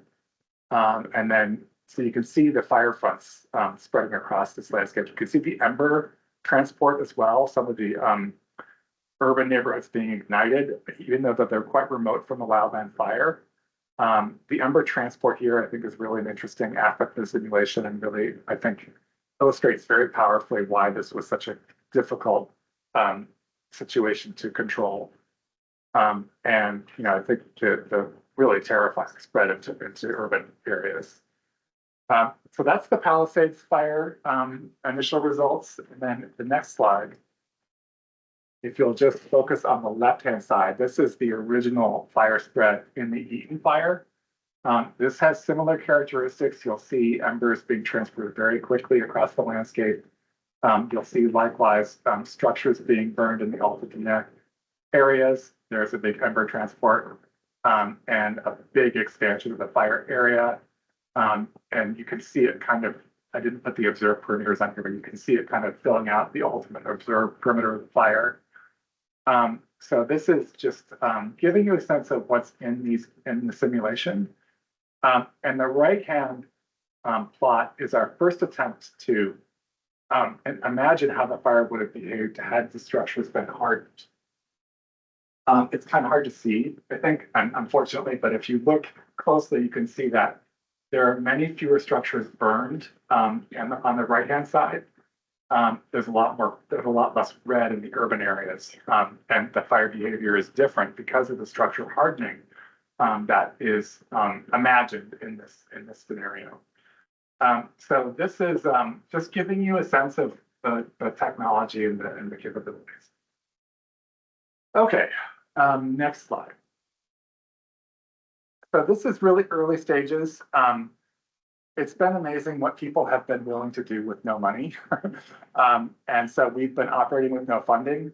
And right now it's a technically oriented team. And what I think is needed is a much more holistic project that includes policy and governance guidance and collaboration so that we can perform these scenarios informed by what's realistic and needed from the policy guidance perspective. So next steps for us, including just doing more work, is to get money and to enlarge the project so that we have this much more holistic effort. We need to know what resilience strategies are being considered, such as home hardening and vegetation management. What's most effective and cost effective. The other piece of this is we want to make a much more definitive attribution statement for climate change. So going back to the first project I talked about, how can we, really definitively say what the impact of climate change was in these fires? How much worse were they? How much more did they spread into the urban areas? And how much further into the urban fabric would they have spread had this taken place in an expected warmer world of 2050, 2080, or 2100? So trying to get a handle on what the risk is going forward, which is this, I think, big unanswered question. Okay, so that's that project. And then the next one is, this is the project that's also about managing risks, but looking at it from the ignitions perspective. So the goal here is to prevent ignitions during strong Santa Ana wind events. And I mentioned that there are no natural ignitions during Santa Ana events. So how can we control our own behavior? Is the question. So next slide. So most of our most destructive wildfires during the historical record in Southern California did occur during Santa Ana wind events. Those are when we have the biggest and most destructive fires. And our Santa Ana fires are almost always ignited by human activity, and that's true for the January 2025 fires as well. So our goal with this project is to create a Santa Ana wind classification system that is just like we have for hurricanes. And the goal is to determine which events are most likely to produce very destructive wildfire and in which locations. And in addition, establish protocols that everyone agrees upon so that when there is a Category 5 Santa Ana wind event, everyone's doing the same thing. Power shutoffs, the mitigation of power loss to vulnerable communities of critical infrastructure, shutting down access to wildlands, forbidding fireworks, and also intensive ignition detection strategies. So really focusing on the landscape and making sure that when there's an ignition, we put out right away. This is also a collaboration with some colleagues at UC Irvine. So that's the motivation. Next slide. We have two data sets. It's actually very simple. One is a very high resolution reconstruction of climate and weather that goes back to 1950 that we developed at UCLA. So nice 75-year, really robust record of climate and weather. And then the other is fire data from the Fire Resources Assessment Program, or FRAP, also since 1950. So these two data sets, weather and climate, fire, and we're trying to ask a very basic question. If we know the Santa Ana wind event characteristics and the other climate characteristics, and spoiler alert, it's not just Santa Ana winds, it's also things like precipitation that matter a lot. How can we predict the behavior of these fires in the historical record? Okay, so next slide. This just gives you a sense of what's actually in the data sets. So this is just showing you a time series from, I believe it's 2017, 2018. And the top is just the relative humidity at Santa Monica Airport, just arbitrarily chose a location in Southern California. And you can see, it stays up, pretty high between maybe 50 and 100% for much of the time. But during this time period, there were some times when the Santa Ana wind events occurred and the relative humidity really plummeted, and that's shown by those gray bars there. This was the year, I believe, of the Thomas Fire as well, which occurred in, I think, this December. So you'll see a big Santa Ana wind event in there, and that was probably, I think that was associated with the Thomas Fire. Also, wind speed, that's green. You can see that during the Santa Ana wind events, the winds pick up. And then the pressure difference, that's classic measure of the Santa Ana wind strength, which, won't go into that too much. But this just gives you a sense of, in this year that we just picked, you can see at this location, the granularity of the data. So we have this for every location in Southern California going back to 1950. And so we can identify all the Santa Ana wind events that occurred, and we have all the fires that occurred as well. So so that just gives you a sense of the data. So next slide. And this gives you a sense of the fire data. So this is, we just plotted the location of the center of all the Santa Ana fires since 1950, color-coded by season. So SON is fall. Most of them are fall fires, but some of them are also winter fires. And you can see they're distributed, pretty well across the landscape with a bit of a higher concentration in the ring of fire around the San Fernando Valley. So that just gives you a sense of the fire data that we're working with. But we have perimeters associated with this also. So there's imagining a perimeter around all those dots gives you a sense of the richness of the fire data set. All right, next slide. Right, so we took a machine learning approach to this, and I don't expect you to understand this, but let me just give you a sense of it. What we asked the AI to do is, first of all, we have categories of fires, so small, medium, and large. And we asked it to, we gave it the meteorological and climate data, and we asked it to predict which class the fires would belong to. Would they be small, medium, or large? And it identified the decision points that are critical for determining the characteristics of the fire. So the very first one up there, you can see is the most important decision that it makes is how much rain fell since August 1st. So how dry was it?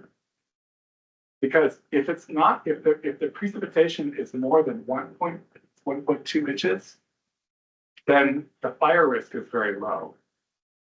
So it doesn't matter. We have Santa Ana wind events all winter long, but if they occur after that critical threshold is met, then they're not associated with high fire risk. So I thought that was interesting that the most important factor is not actually related to Santa Ana winds. It's just the underlying hydrology. And then the next factor is a Santa Ana factor. This is the wind speed, during the Santa Ana event. And so it goes through this process of creating a hierarchy of factors that are the most important for determining how big the fire eventually becomes. So this is the basis for creating a classification system. So when we do have a Santa wind event predicted, we can ask, well, what are the characteristics of this, and where does it fit in this decision-making hierarchy? And that allows us to classify it. Okay, so next slide.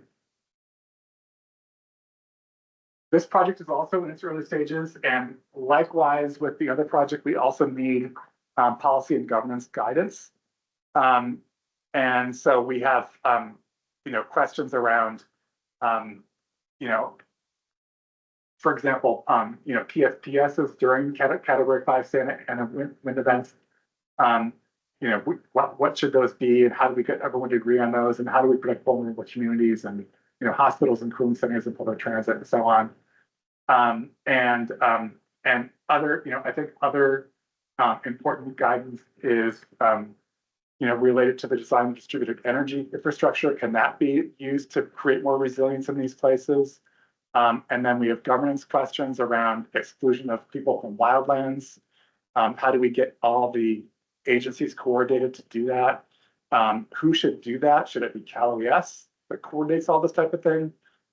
These are questions that we have, I think, that are policy and governance related, but ultimately we want to make a proposal to have regional coordination related to Santa Ana wind events and to prevent ignitions.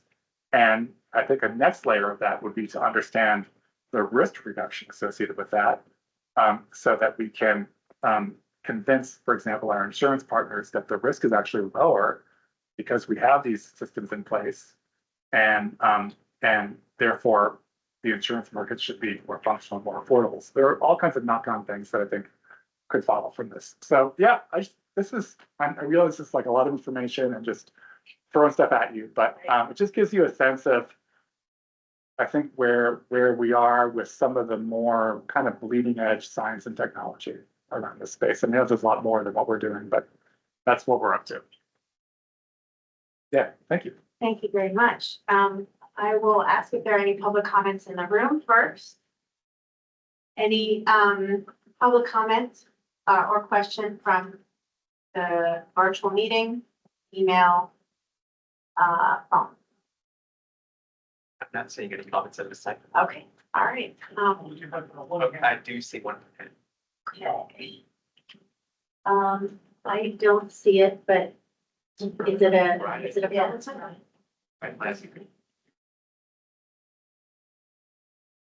Hey guys, this Oh, is hi. Brian. Hey, can you hear me? Yes, Yeah. go ahead. Yeah. Hey guys, so this is Brian Landry from Southern California Edison. We are also experimenting. We're required to produce a climate white paper and that's going to be filed in May and during our ramp process. So part of that climate white paper, we perform a similar experiment. So I'm glad to see Dr. Hall is working on this. And we've come to similar results that it's really not a variability in wind due to climate change. It's mostly going to be a variability in fuel moisture. And we'd be happy to collaborate with Dr. Hall on that, on this study. Absolutely. I think, one reason why I'm socializing this is because I know there are other efforts that are along the same lines. And I really believe that we have to really, really closely coordinate these efforts. So I would be more than pleased to talk to you. And I think your name might be in my email inbox sometime, so I'll reach out, or please reach out to me. I would love to talk. Yeah, we have a very, very, we performed 150 synthetic years of simulations with some of the same most recent climate data. So we'd be happy to collaborate with you on that. Great. Yes. Thank you. Thank you, Brian, for being here. Are there any other non-board member comments? I'm not seeing any at this time. Okay, great. So board members, board member Batcher, go ahead. Thank you so much. That presentation was fabulous. Just thinking through the comment of the pyramid slide that shows the dryness, no rain for months. Could that become, again, on maybe your scale of a different scale, different than the wind speeds of the Santa Ana and imitating the hurricane type of measurements or warnings? If it's no rain for a period of time, as your data sets have shown, is that also something that we could use as a preventative? Like it has been so dry. These are some of the preventative measures we need to take prior to the winds or as the winds are predicted. That the dryness is more important, if not sometimes as important as the winds, because everyone's so familiar with Santa Ana. Right. Yeah. I was reading about them when I was a child, for God's sakes. But the dryness too, and thinking of it, okay, how can we factor that into a PS, God forbid, but still. Is there any thinking around that you all have done, given that pyramid and the dryness is at the top? Yeah, so thank you for pointing this out. The hurricane example is it's based purely on the characteristics of the hurricane. But I think the Santa Ana's we have to think of them differently. So if you imagine, a really extreme Santa Ana wind event occurring before we reach that threshold of 1.2 inches versus the same event happening afterwards, I think we should categorize those differently. So the first one might be a category 5. Yeah. The other one maybe is a category 2, even though they had the same characteristics. Right. They're occurring in different underlying circumstances. And so I think our public messaging and characterization of them would be different. But they can be correlated with a real dry, say a very dry period under an inch or less, or whatever the measurement is. Yeah, I think a high wind speed, that sounds like a recipe for a real disaster. Yeah, I think if that Santa Ana wind event is predicted to occur and the underlying conditions are dry, it would get that category 5 label. Yeah. If that same event occurs when the conditions are not dry, right, it would not get that label. And so even though it has the event itself has the same characteristics. You know what I mean?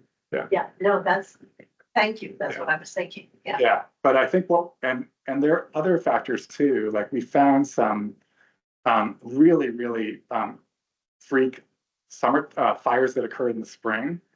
And they occurred in a fairly wet year, but all the precipitation had occurred in the early part of the year.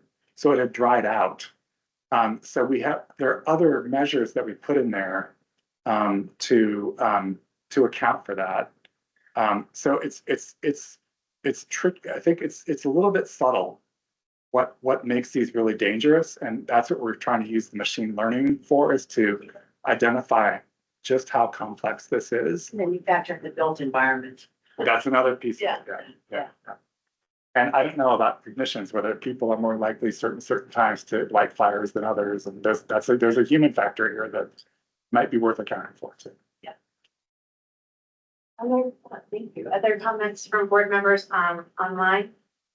Let's see, turn on your camera if you and raise your hand. Did I see John? Did you, board member Mader, did you raise your hand? Go for it.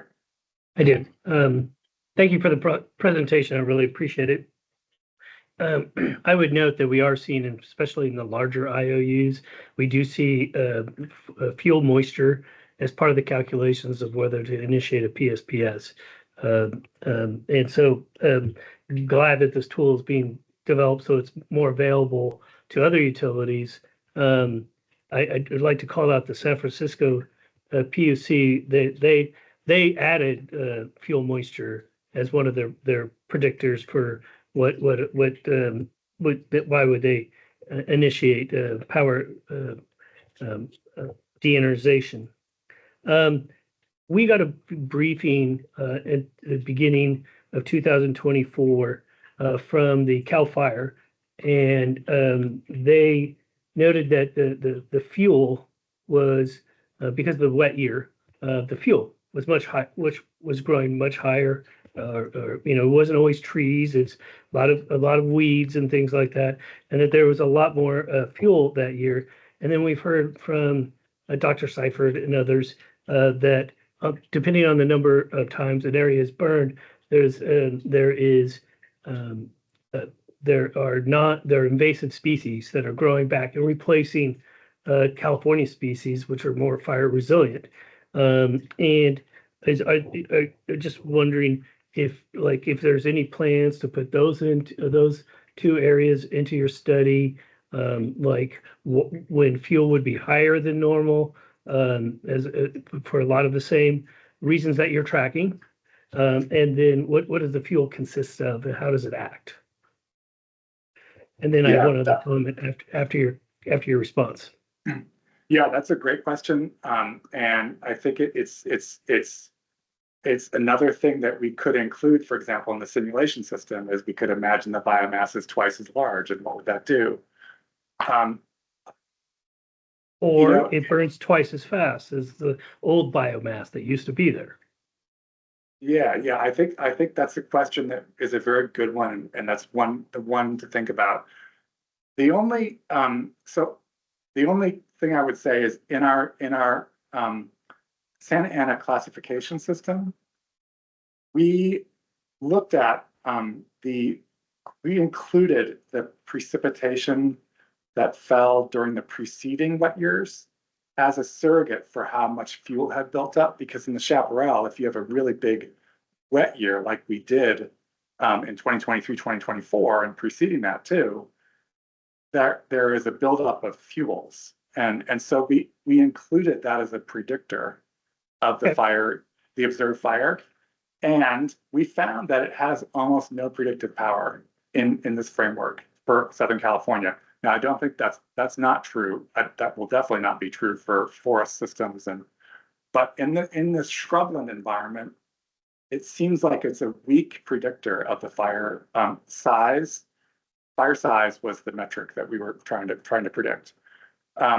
So the evidence we have is that it's not, in Southern California anyway, it's not a big factor. But that doesn't mean there aren't subtleties, and I totally agree, it's an important issue, but that's just what we found so far. All right. I appreciate that information. And then I would just want to comment when your comments as to risk reduction due to infrastructure changes. That's something that the board has pursued before. We have a white paper on it, and I know the Wildfire Safety Division. I know Southern California Edison, PG&E specifically, and of course San Diego Gas and Electric.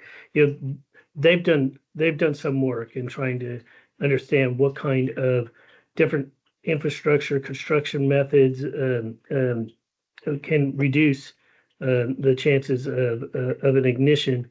There are a lot of problems with it because like what you were talking about with the weather stations not having good wind data, like there's the way that they have recorded outages that's led to ignitions is, up until the last couple of years, they weren't correlating them 1 to 1. And so, but just saying that when you do that work, there's a lot of places to go and consult to figure out, to be informed about how you might include that in some future projections.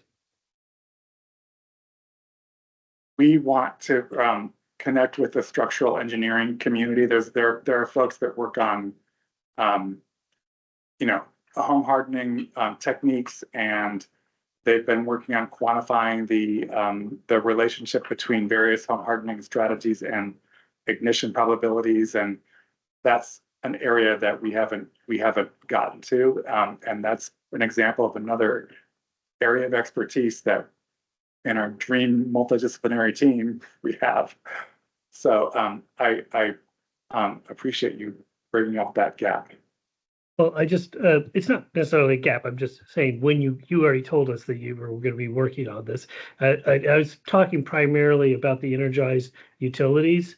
There's been a lot of work done. And so when you develop that capacity, there's been a lot of work done that you could review to speed up your learning process. Okay, thank you. Yeah.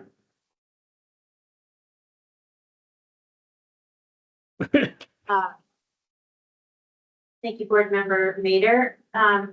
Anyone else online?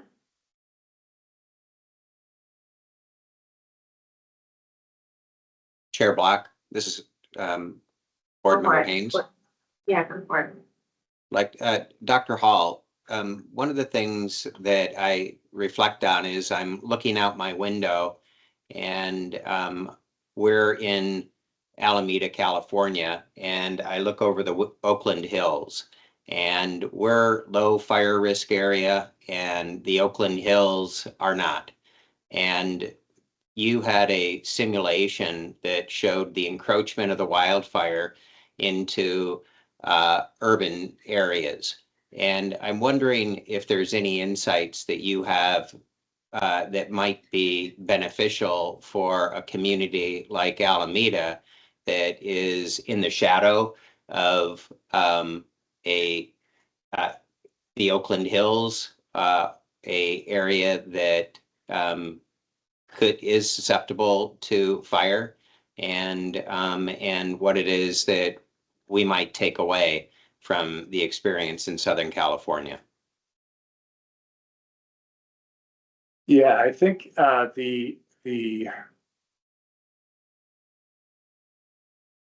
the question around transferability of the knowledge, I think, is a good one. I think what would be useful for us to do eventually is have the ability to simulate our other fires in the state, and the ability to disentangle the factors that made those severe as well, and to develop an understanding of fire behavior in different landscapes and different urban settings in California, and the factors that controlled their behavior or shaped their behavior, and the strategies that could have been used to mitigate them. And I think there's also a climate change component to that. I think doing these simulations in a warmer world would be really relevant too. So I think that's one way to gain transferability of the knowledge, is to simulate other historical fires and play the same game. And I think in your area there have been examples of fires that could be exploited in that way. And I also think that we have future climate simulations, and we could imagine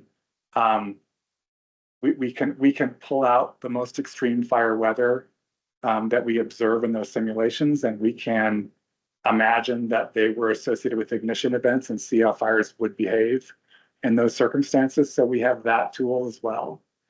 And I think we can and this is unsatisfactory, but kind of triangulate and try to get information as to the true nature of the risks that we face. And I'm sorry that's unsatisfactory, but that's all I can think of. Thank you. Appreciate it. Following on Board Member Haynes' question, I have a few thoughts. And I'm glad Brian Landry made the comment that Edison has this great simulated data set, because I know SDG&E pioneered a Santa Ana wildfire threat index. Have you taken some look into that work? Yes, we have one thing that we're doing is we are looking at SAWT is what's called. Yeah. And we are comparing that with the if you want to call it the threat index, if the classification system is a threat index, basically. Right. And we're comparing the outcomes there. And the way that we're building on that effort is that we're trying to include the full complement of climate and meteorological information that we think is important to shaping the behavior of fires. So it's not just the behavior of the Santa Ana themselves, there are other factors that you need to account for to understand the historical record and how the fires occurred and where. So that's where we're trying to build on that previous effort.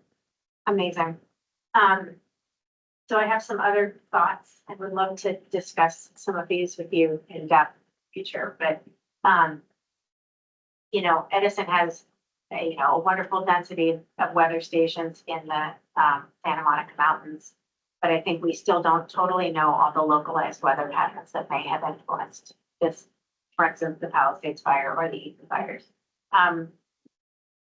And so that would certainly affect the fire behavior model. Board Member Thatcher and I were talking over the last couple of days in our field visits about the fuel model materials for the neighborhood of Altadena versus that of the Pacific Palisades and how differently it appeared to me when I was watching these fires burn in real time, how the propagation structure to structure was very different. And that's the kind of data that is almost impossible to have, but would be really insightful. I mean, I'm curious about the urban fire behavior modeling. I have so many questions about that. And working with firefighters every day, there's this issue, especially with Santa Ana's, of the fuel conditioning that may have a more localized impact than it appears what we see is that heavy rainfall in the earlier part of 2024 had nothing to do with the fuel moisture by the time fire came in, but also the localized weather in the week of that time frame may actually have a heavier impact than just the last few months, right? Like it could have rained a week prior, but then all of that humidity or moisture would have been gone just due to sustained dry wind on that environment for a long time. Yeah, and then, anyway, we're getting better and better perimeter data that would also inform these simulations that might exist for other fires that have happened in the last couple of years that could inform the technique. So, just some thoughts about getting towards risk as it pertains to policy for us. How can we quantify the risk to the urban environment for these types of events? Has almost been an impossible question to answer when it is entirely an anthropogenic event. And we don't have the information as to how these cities burn. So I guess those are just comments. I mean, do you have any thoughts about those variables? I have comments about some of the pieces of them. So I think the fuels characterization, I think we're getting pretty good at that. And that I think we know pretty well at high resolution what the fuels are and what their characteristics are. The winds are tricky. And one reason we know that is because we experimented with different resolutions of our meteorology in the simulation. Yeah. And, because it's really expensive, like to do that high resolution is really expensive. Right. And, we found that if we are at like the coarser resolution, like maybe three kilometers is kind of what we conventionally might do if we're doing a long simulation. And that does not, if we impose those winds, we do not, we cannot reproduce the fire behavior very well. But if we go down to 100 meters, it's a lot better, and 33 meters is even better. Yeah. So that tells us that there's something that the winds themselves during these events have a lot of eddies and spatial structures, and they're very topographically driven. And that's, if you really want to simulate an individual event, that's kind of what you need here in Southern California. It is really that complex. So that's one piece of it. And the urban fire spread, that is not my particular area of expertise, but I think that is also bleeding edge, kind of in the research. And that's another like the way that they attach a probability of ignition to each structure in the models, and that's really just a kludge for a lot of complex behavior of the structures and so on. So I think that's why we want to bring in the structural engineering community to help us design simulations that really reflect something closer to the complex reality of an urban fire. So, yeah. Yeah, thank you. I can't thank you enough for bringing these details to our attention and to that of energy safety. It's really critical to moving forward. Thank you. Great to hear. And I want to ask other board members if you have any comments or questions.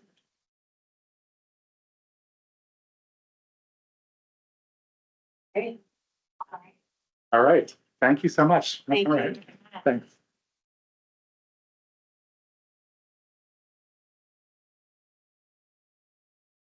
And our next item on the agenda is, Sean Richards and I will be talking, and the risk modeling committee will talk about the board's response to energy safety's requests for recommendations on utility risk models. And this is, Dr. Hall's presentation is a perfect dovetail into this presentation here. Shall I kick it off? Next slide. We got a request letter from the Office of Energy Infrastructure Safety that asked us, I'll just read this because I'd like to present it. That the January fires in Los Angeles occurred in conditions of extreme wind and extremely high vapor pressure deficit after a wet 2 years that allowed for much vegetation growth. Dr. Hall presented. We request your expertise to advise us as to whether the risk model used by electric utilities adequately consider those circumstances that Southern California faced in January and other realistic extreme scenarios.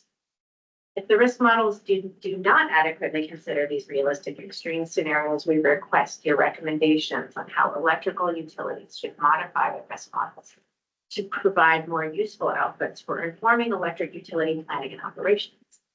Next slide, please.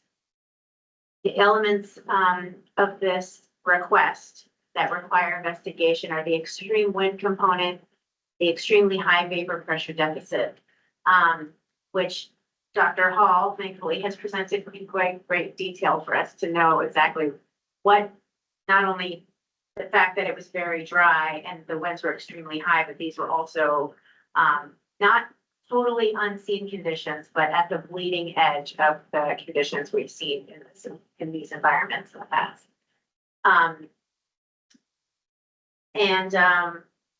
Whether or not the utilities should modify their risk models to provide more useful outputs in informing the utility planning and operations is another key important, it's how do you execute on this information, another key piece. So I'm going to hand this to Sean to talk about the research that he and the team in risk modeling have also been doing to towards answering this request letter. Thank you, Sean.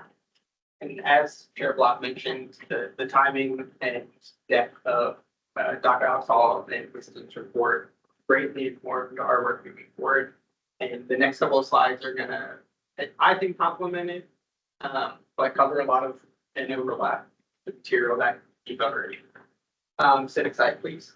So as mentioned, during both ignitions, we saw extreme windy events up to the 98th percentile, none above sort of maximums as mentioned. Next slide, please. Extremely high vapor pressure deficits in the region. So in Malibu Canyon, local gauges recorded 53 degrees Fahrenheit relative humidity of 36% on January 4th. 3 days later, on the day that the Palisades and Canyon fires began, temperature increased to 64 degrees and relative humidity decreased to 13%, so more than doubling that vapor pressure deficit. Next slide, please. Continuing on with the request of looking at much vegetation growth. So this is from CAL FIRE and LA FD. So looking at specifically the subject of this text, which we'll look at the graph in more detail in the next slide, but the subject is herbaceous fuel loading is above to well above average across most of California's grass-dominated system, including typically arid deserts, valleys that often do not support fire growth. So next slide, please. And so there was much vegetation growth, but there was also specifically the types of fuels, more grasses, and cover also peat forage growth. You can see from Hopland Research Lab in the area was well above average for time period. Next slide, please. Extremely low live fuel moistures.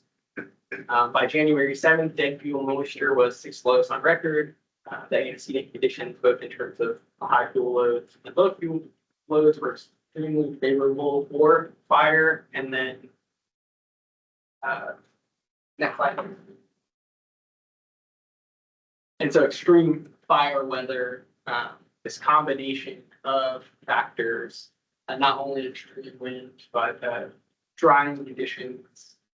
You can see in this graph, daily fire weather index based on ERA 5 in 2025.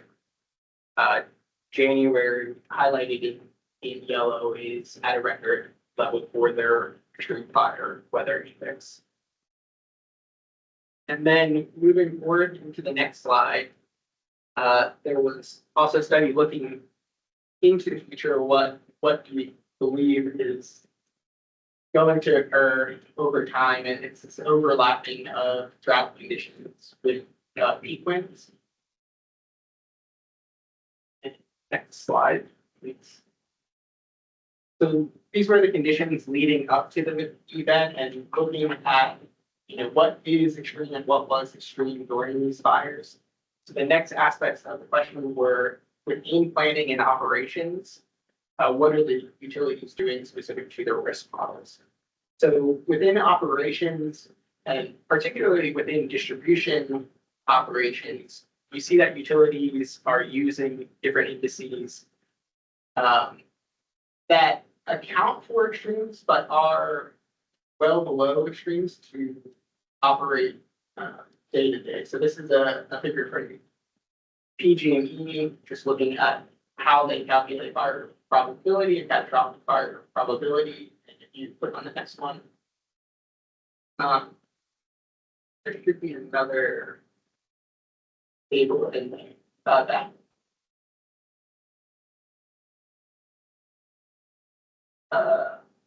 To go back to operations. Okay, well, okay, here's headings from a different day, but it's from a post PSPS event report, and it's just showing that the wind thresholds for determining a PSPS, I believe this is SCE, is at 31 miles per hour. The 99th percentile wind speeds are 35.91. and their dust are 51.3, and their dust thresholds are 46. So we can see that they're using extremes and taking a percentage of what below to determine a threshold level for operations. Again, particularly related to distribution systems. And so looking into the next slide, we're going to talk about planning. So within the wildfire mitigation plans, the IOU, within the guidelines, section 5.3.2 explicitly calls out extreme events and high uncertainty events. And if you could go to the beginning, that.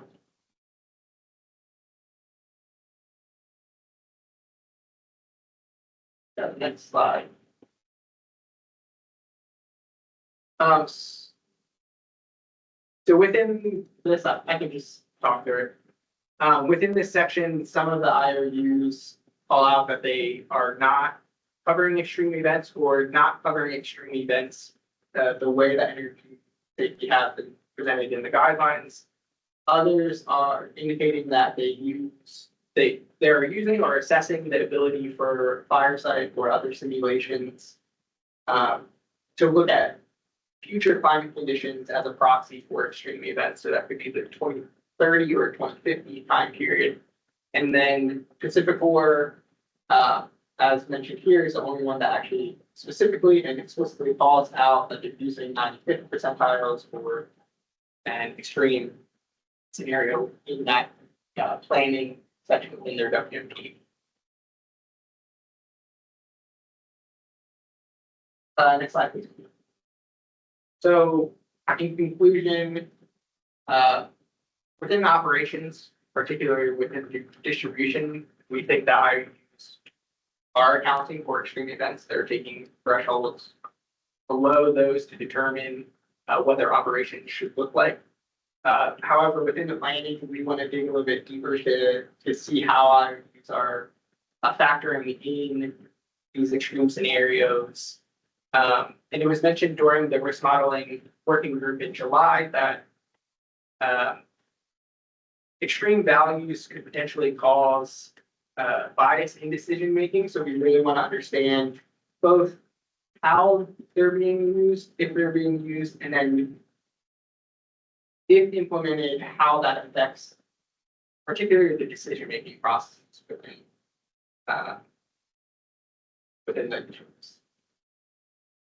Thank you, Sean. Yeah, and I sort of want to reiterate or repeat a bit that we appreciate that the utilities report that they really have these thresholds for decision making, and that really this accounting for extreme weather conditions are basically, well, I don't want to speak for them to say that they're irrelevant, but in a way they are, because if the threshold is significantly lower to turn off the power, then the extreme event doesn't matter. One of the questions we are starting to ask is, what is the differentiation in the decision making between the distribution system and the transmission system? And that reporting does not appear to be as clear as we would like it to understand.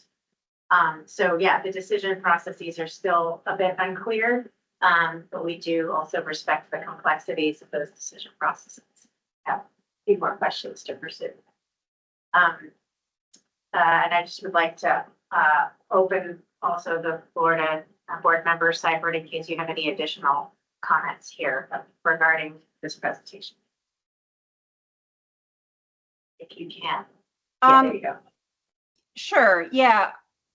I've spent a lot of time thinking about these issues, and I think one thing to just consider in a Southern California context is that at the end of the summer every year, we have extraordinarily low fuel moisture, and fuel moisture is often a threshold-based thing. In other words, if you drop below a certain percentage of fuel moisture, you've got, relatively similar potential for explosive wildfire behavior.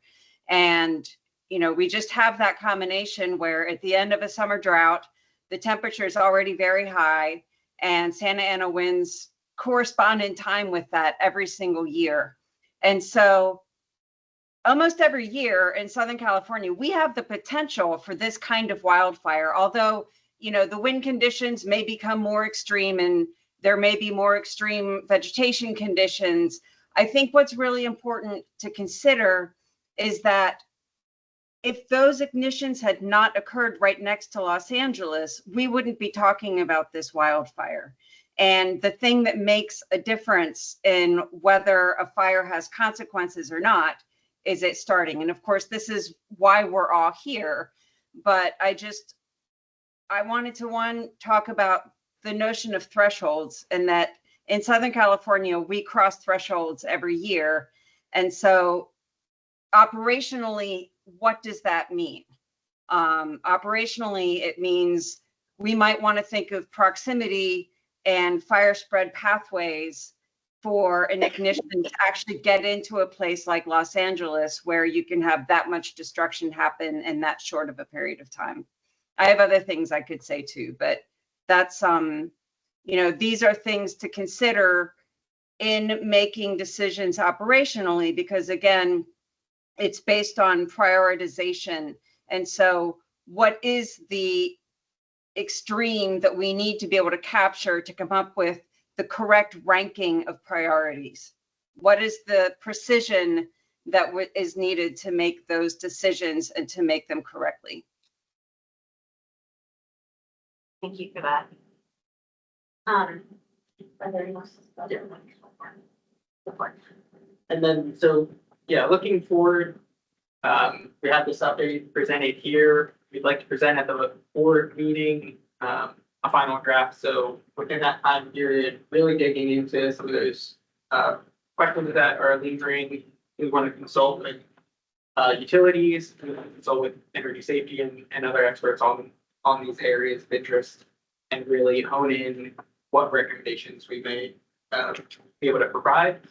The hope is to publish a product for public comment in October, finalize the report, submit it to board members for review, and then again in December, publish that final.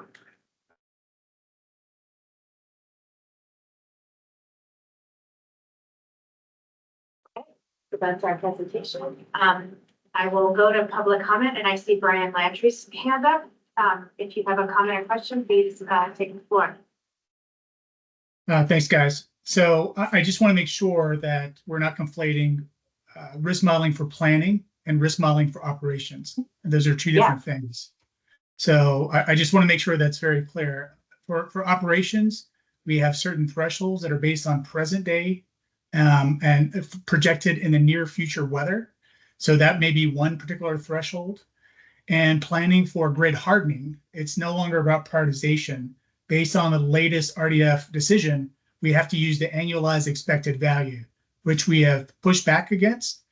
We understand and we appreciate and we support using a tail risk value to appropriately prioritize and account for risk. However, we are required as utilities to only use the expected value in risk reporting, which has been problematic, and we have raised this issue with the commission. So I wanted to make sure WASB is aware of that issue. Thank you. That's outstanding. Yeah, we have talked extensively about the difference between risk modeling for planning and for operations. And I guess in general terms, we do not, the request letter does not specify the difference. And we are attempting to address the response with respect to those two end members. And very much respect that limitation, and we'll take that into consideration and may appreciate a further follow-up conversation. Thank you for the comment. I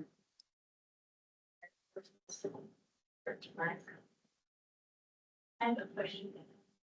Yes, board member Batcher. Thank you, Chair.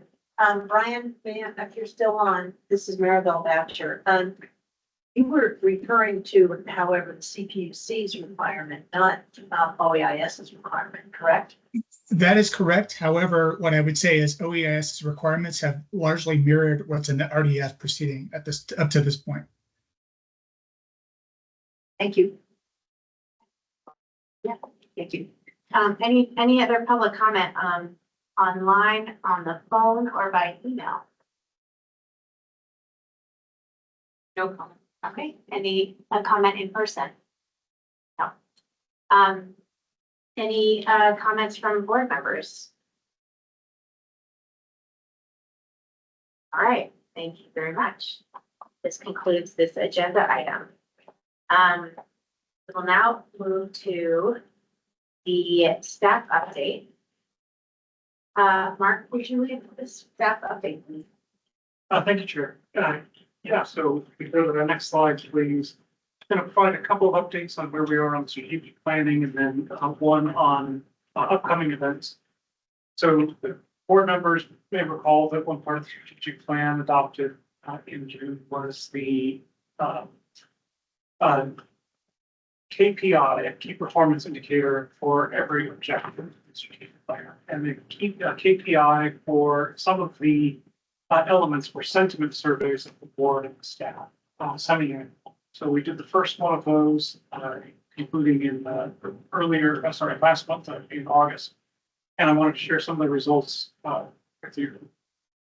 Starting with the staff survey, and this is going to the strategic priority of retaining and developing staff.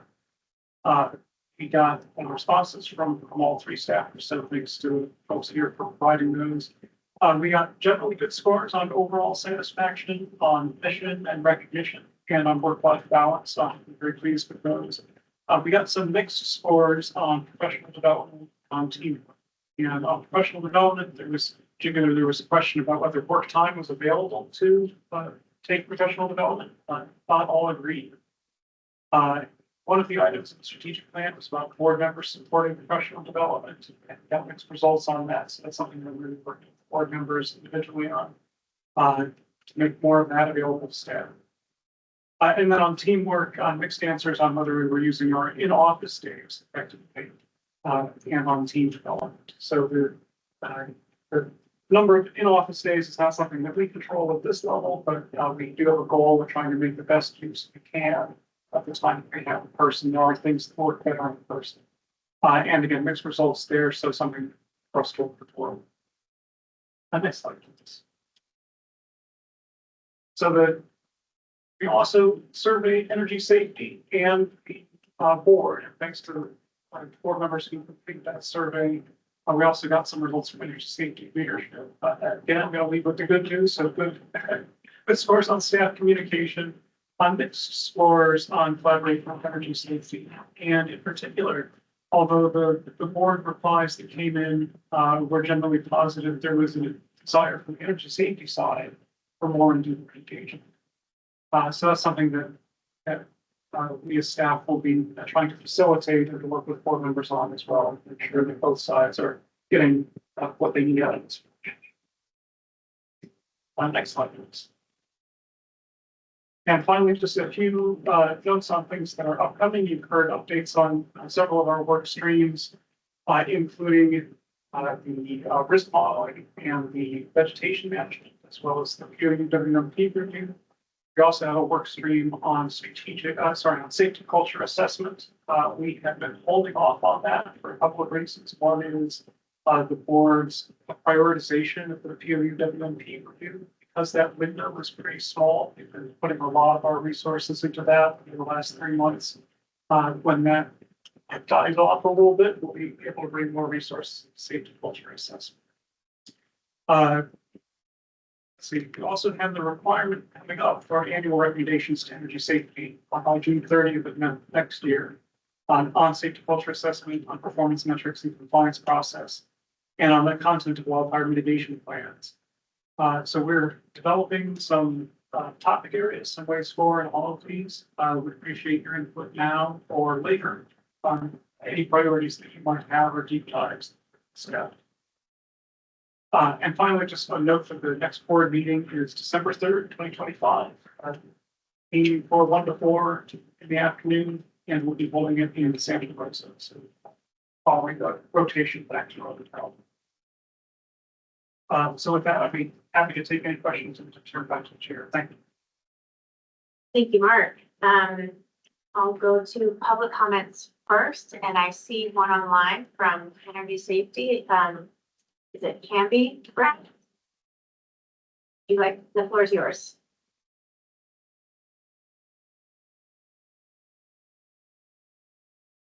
That is if you intended to raise your hand. Yeah. There. Okay, well, I'll see if they come back. Any public comment in the room? Any public comment, online, in the meeting, on the phone, or email? No public comment.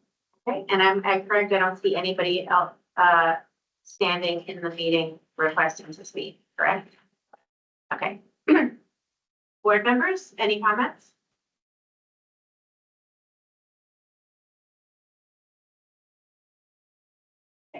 Hearing that, we will move on to the next agenda item. Just want to say thanks for administering the survey.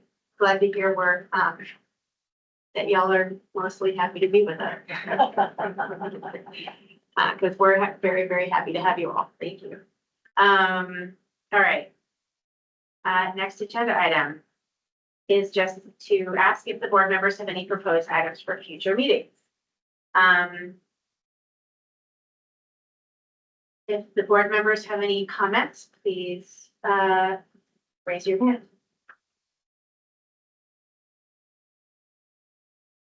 All right, seeing none. Do I need to ask for public comment if there's no discussion?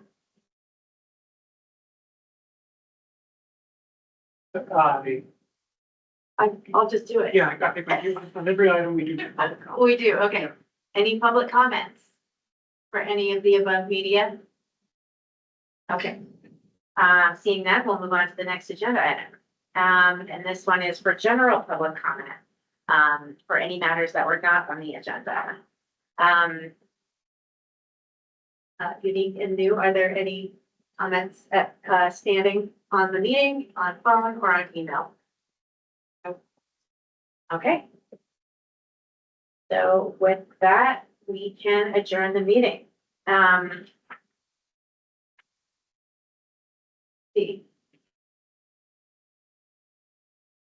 want to say thank you to all of my fellow board members who could be here.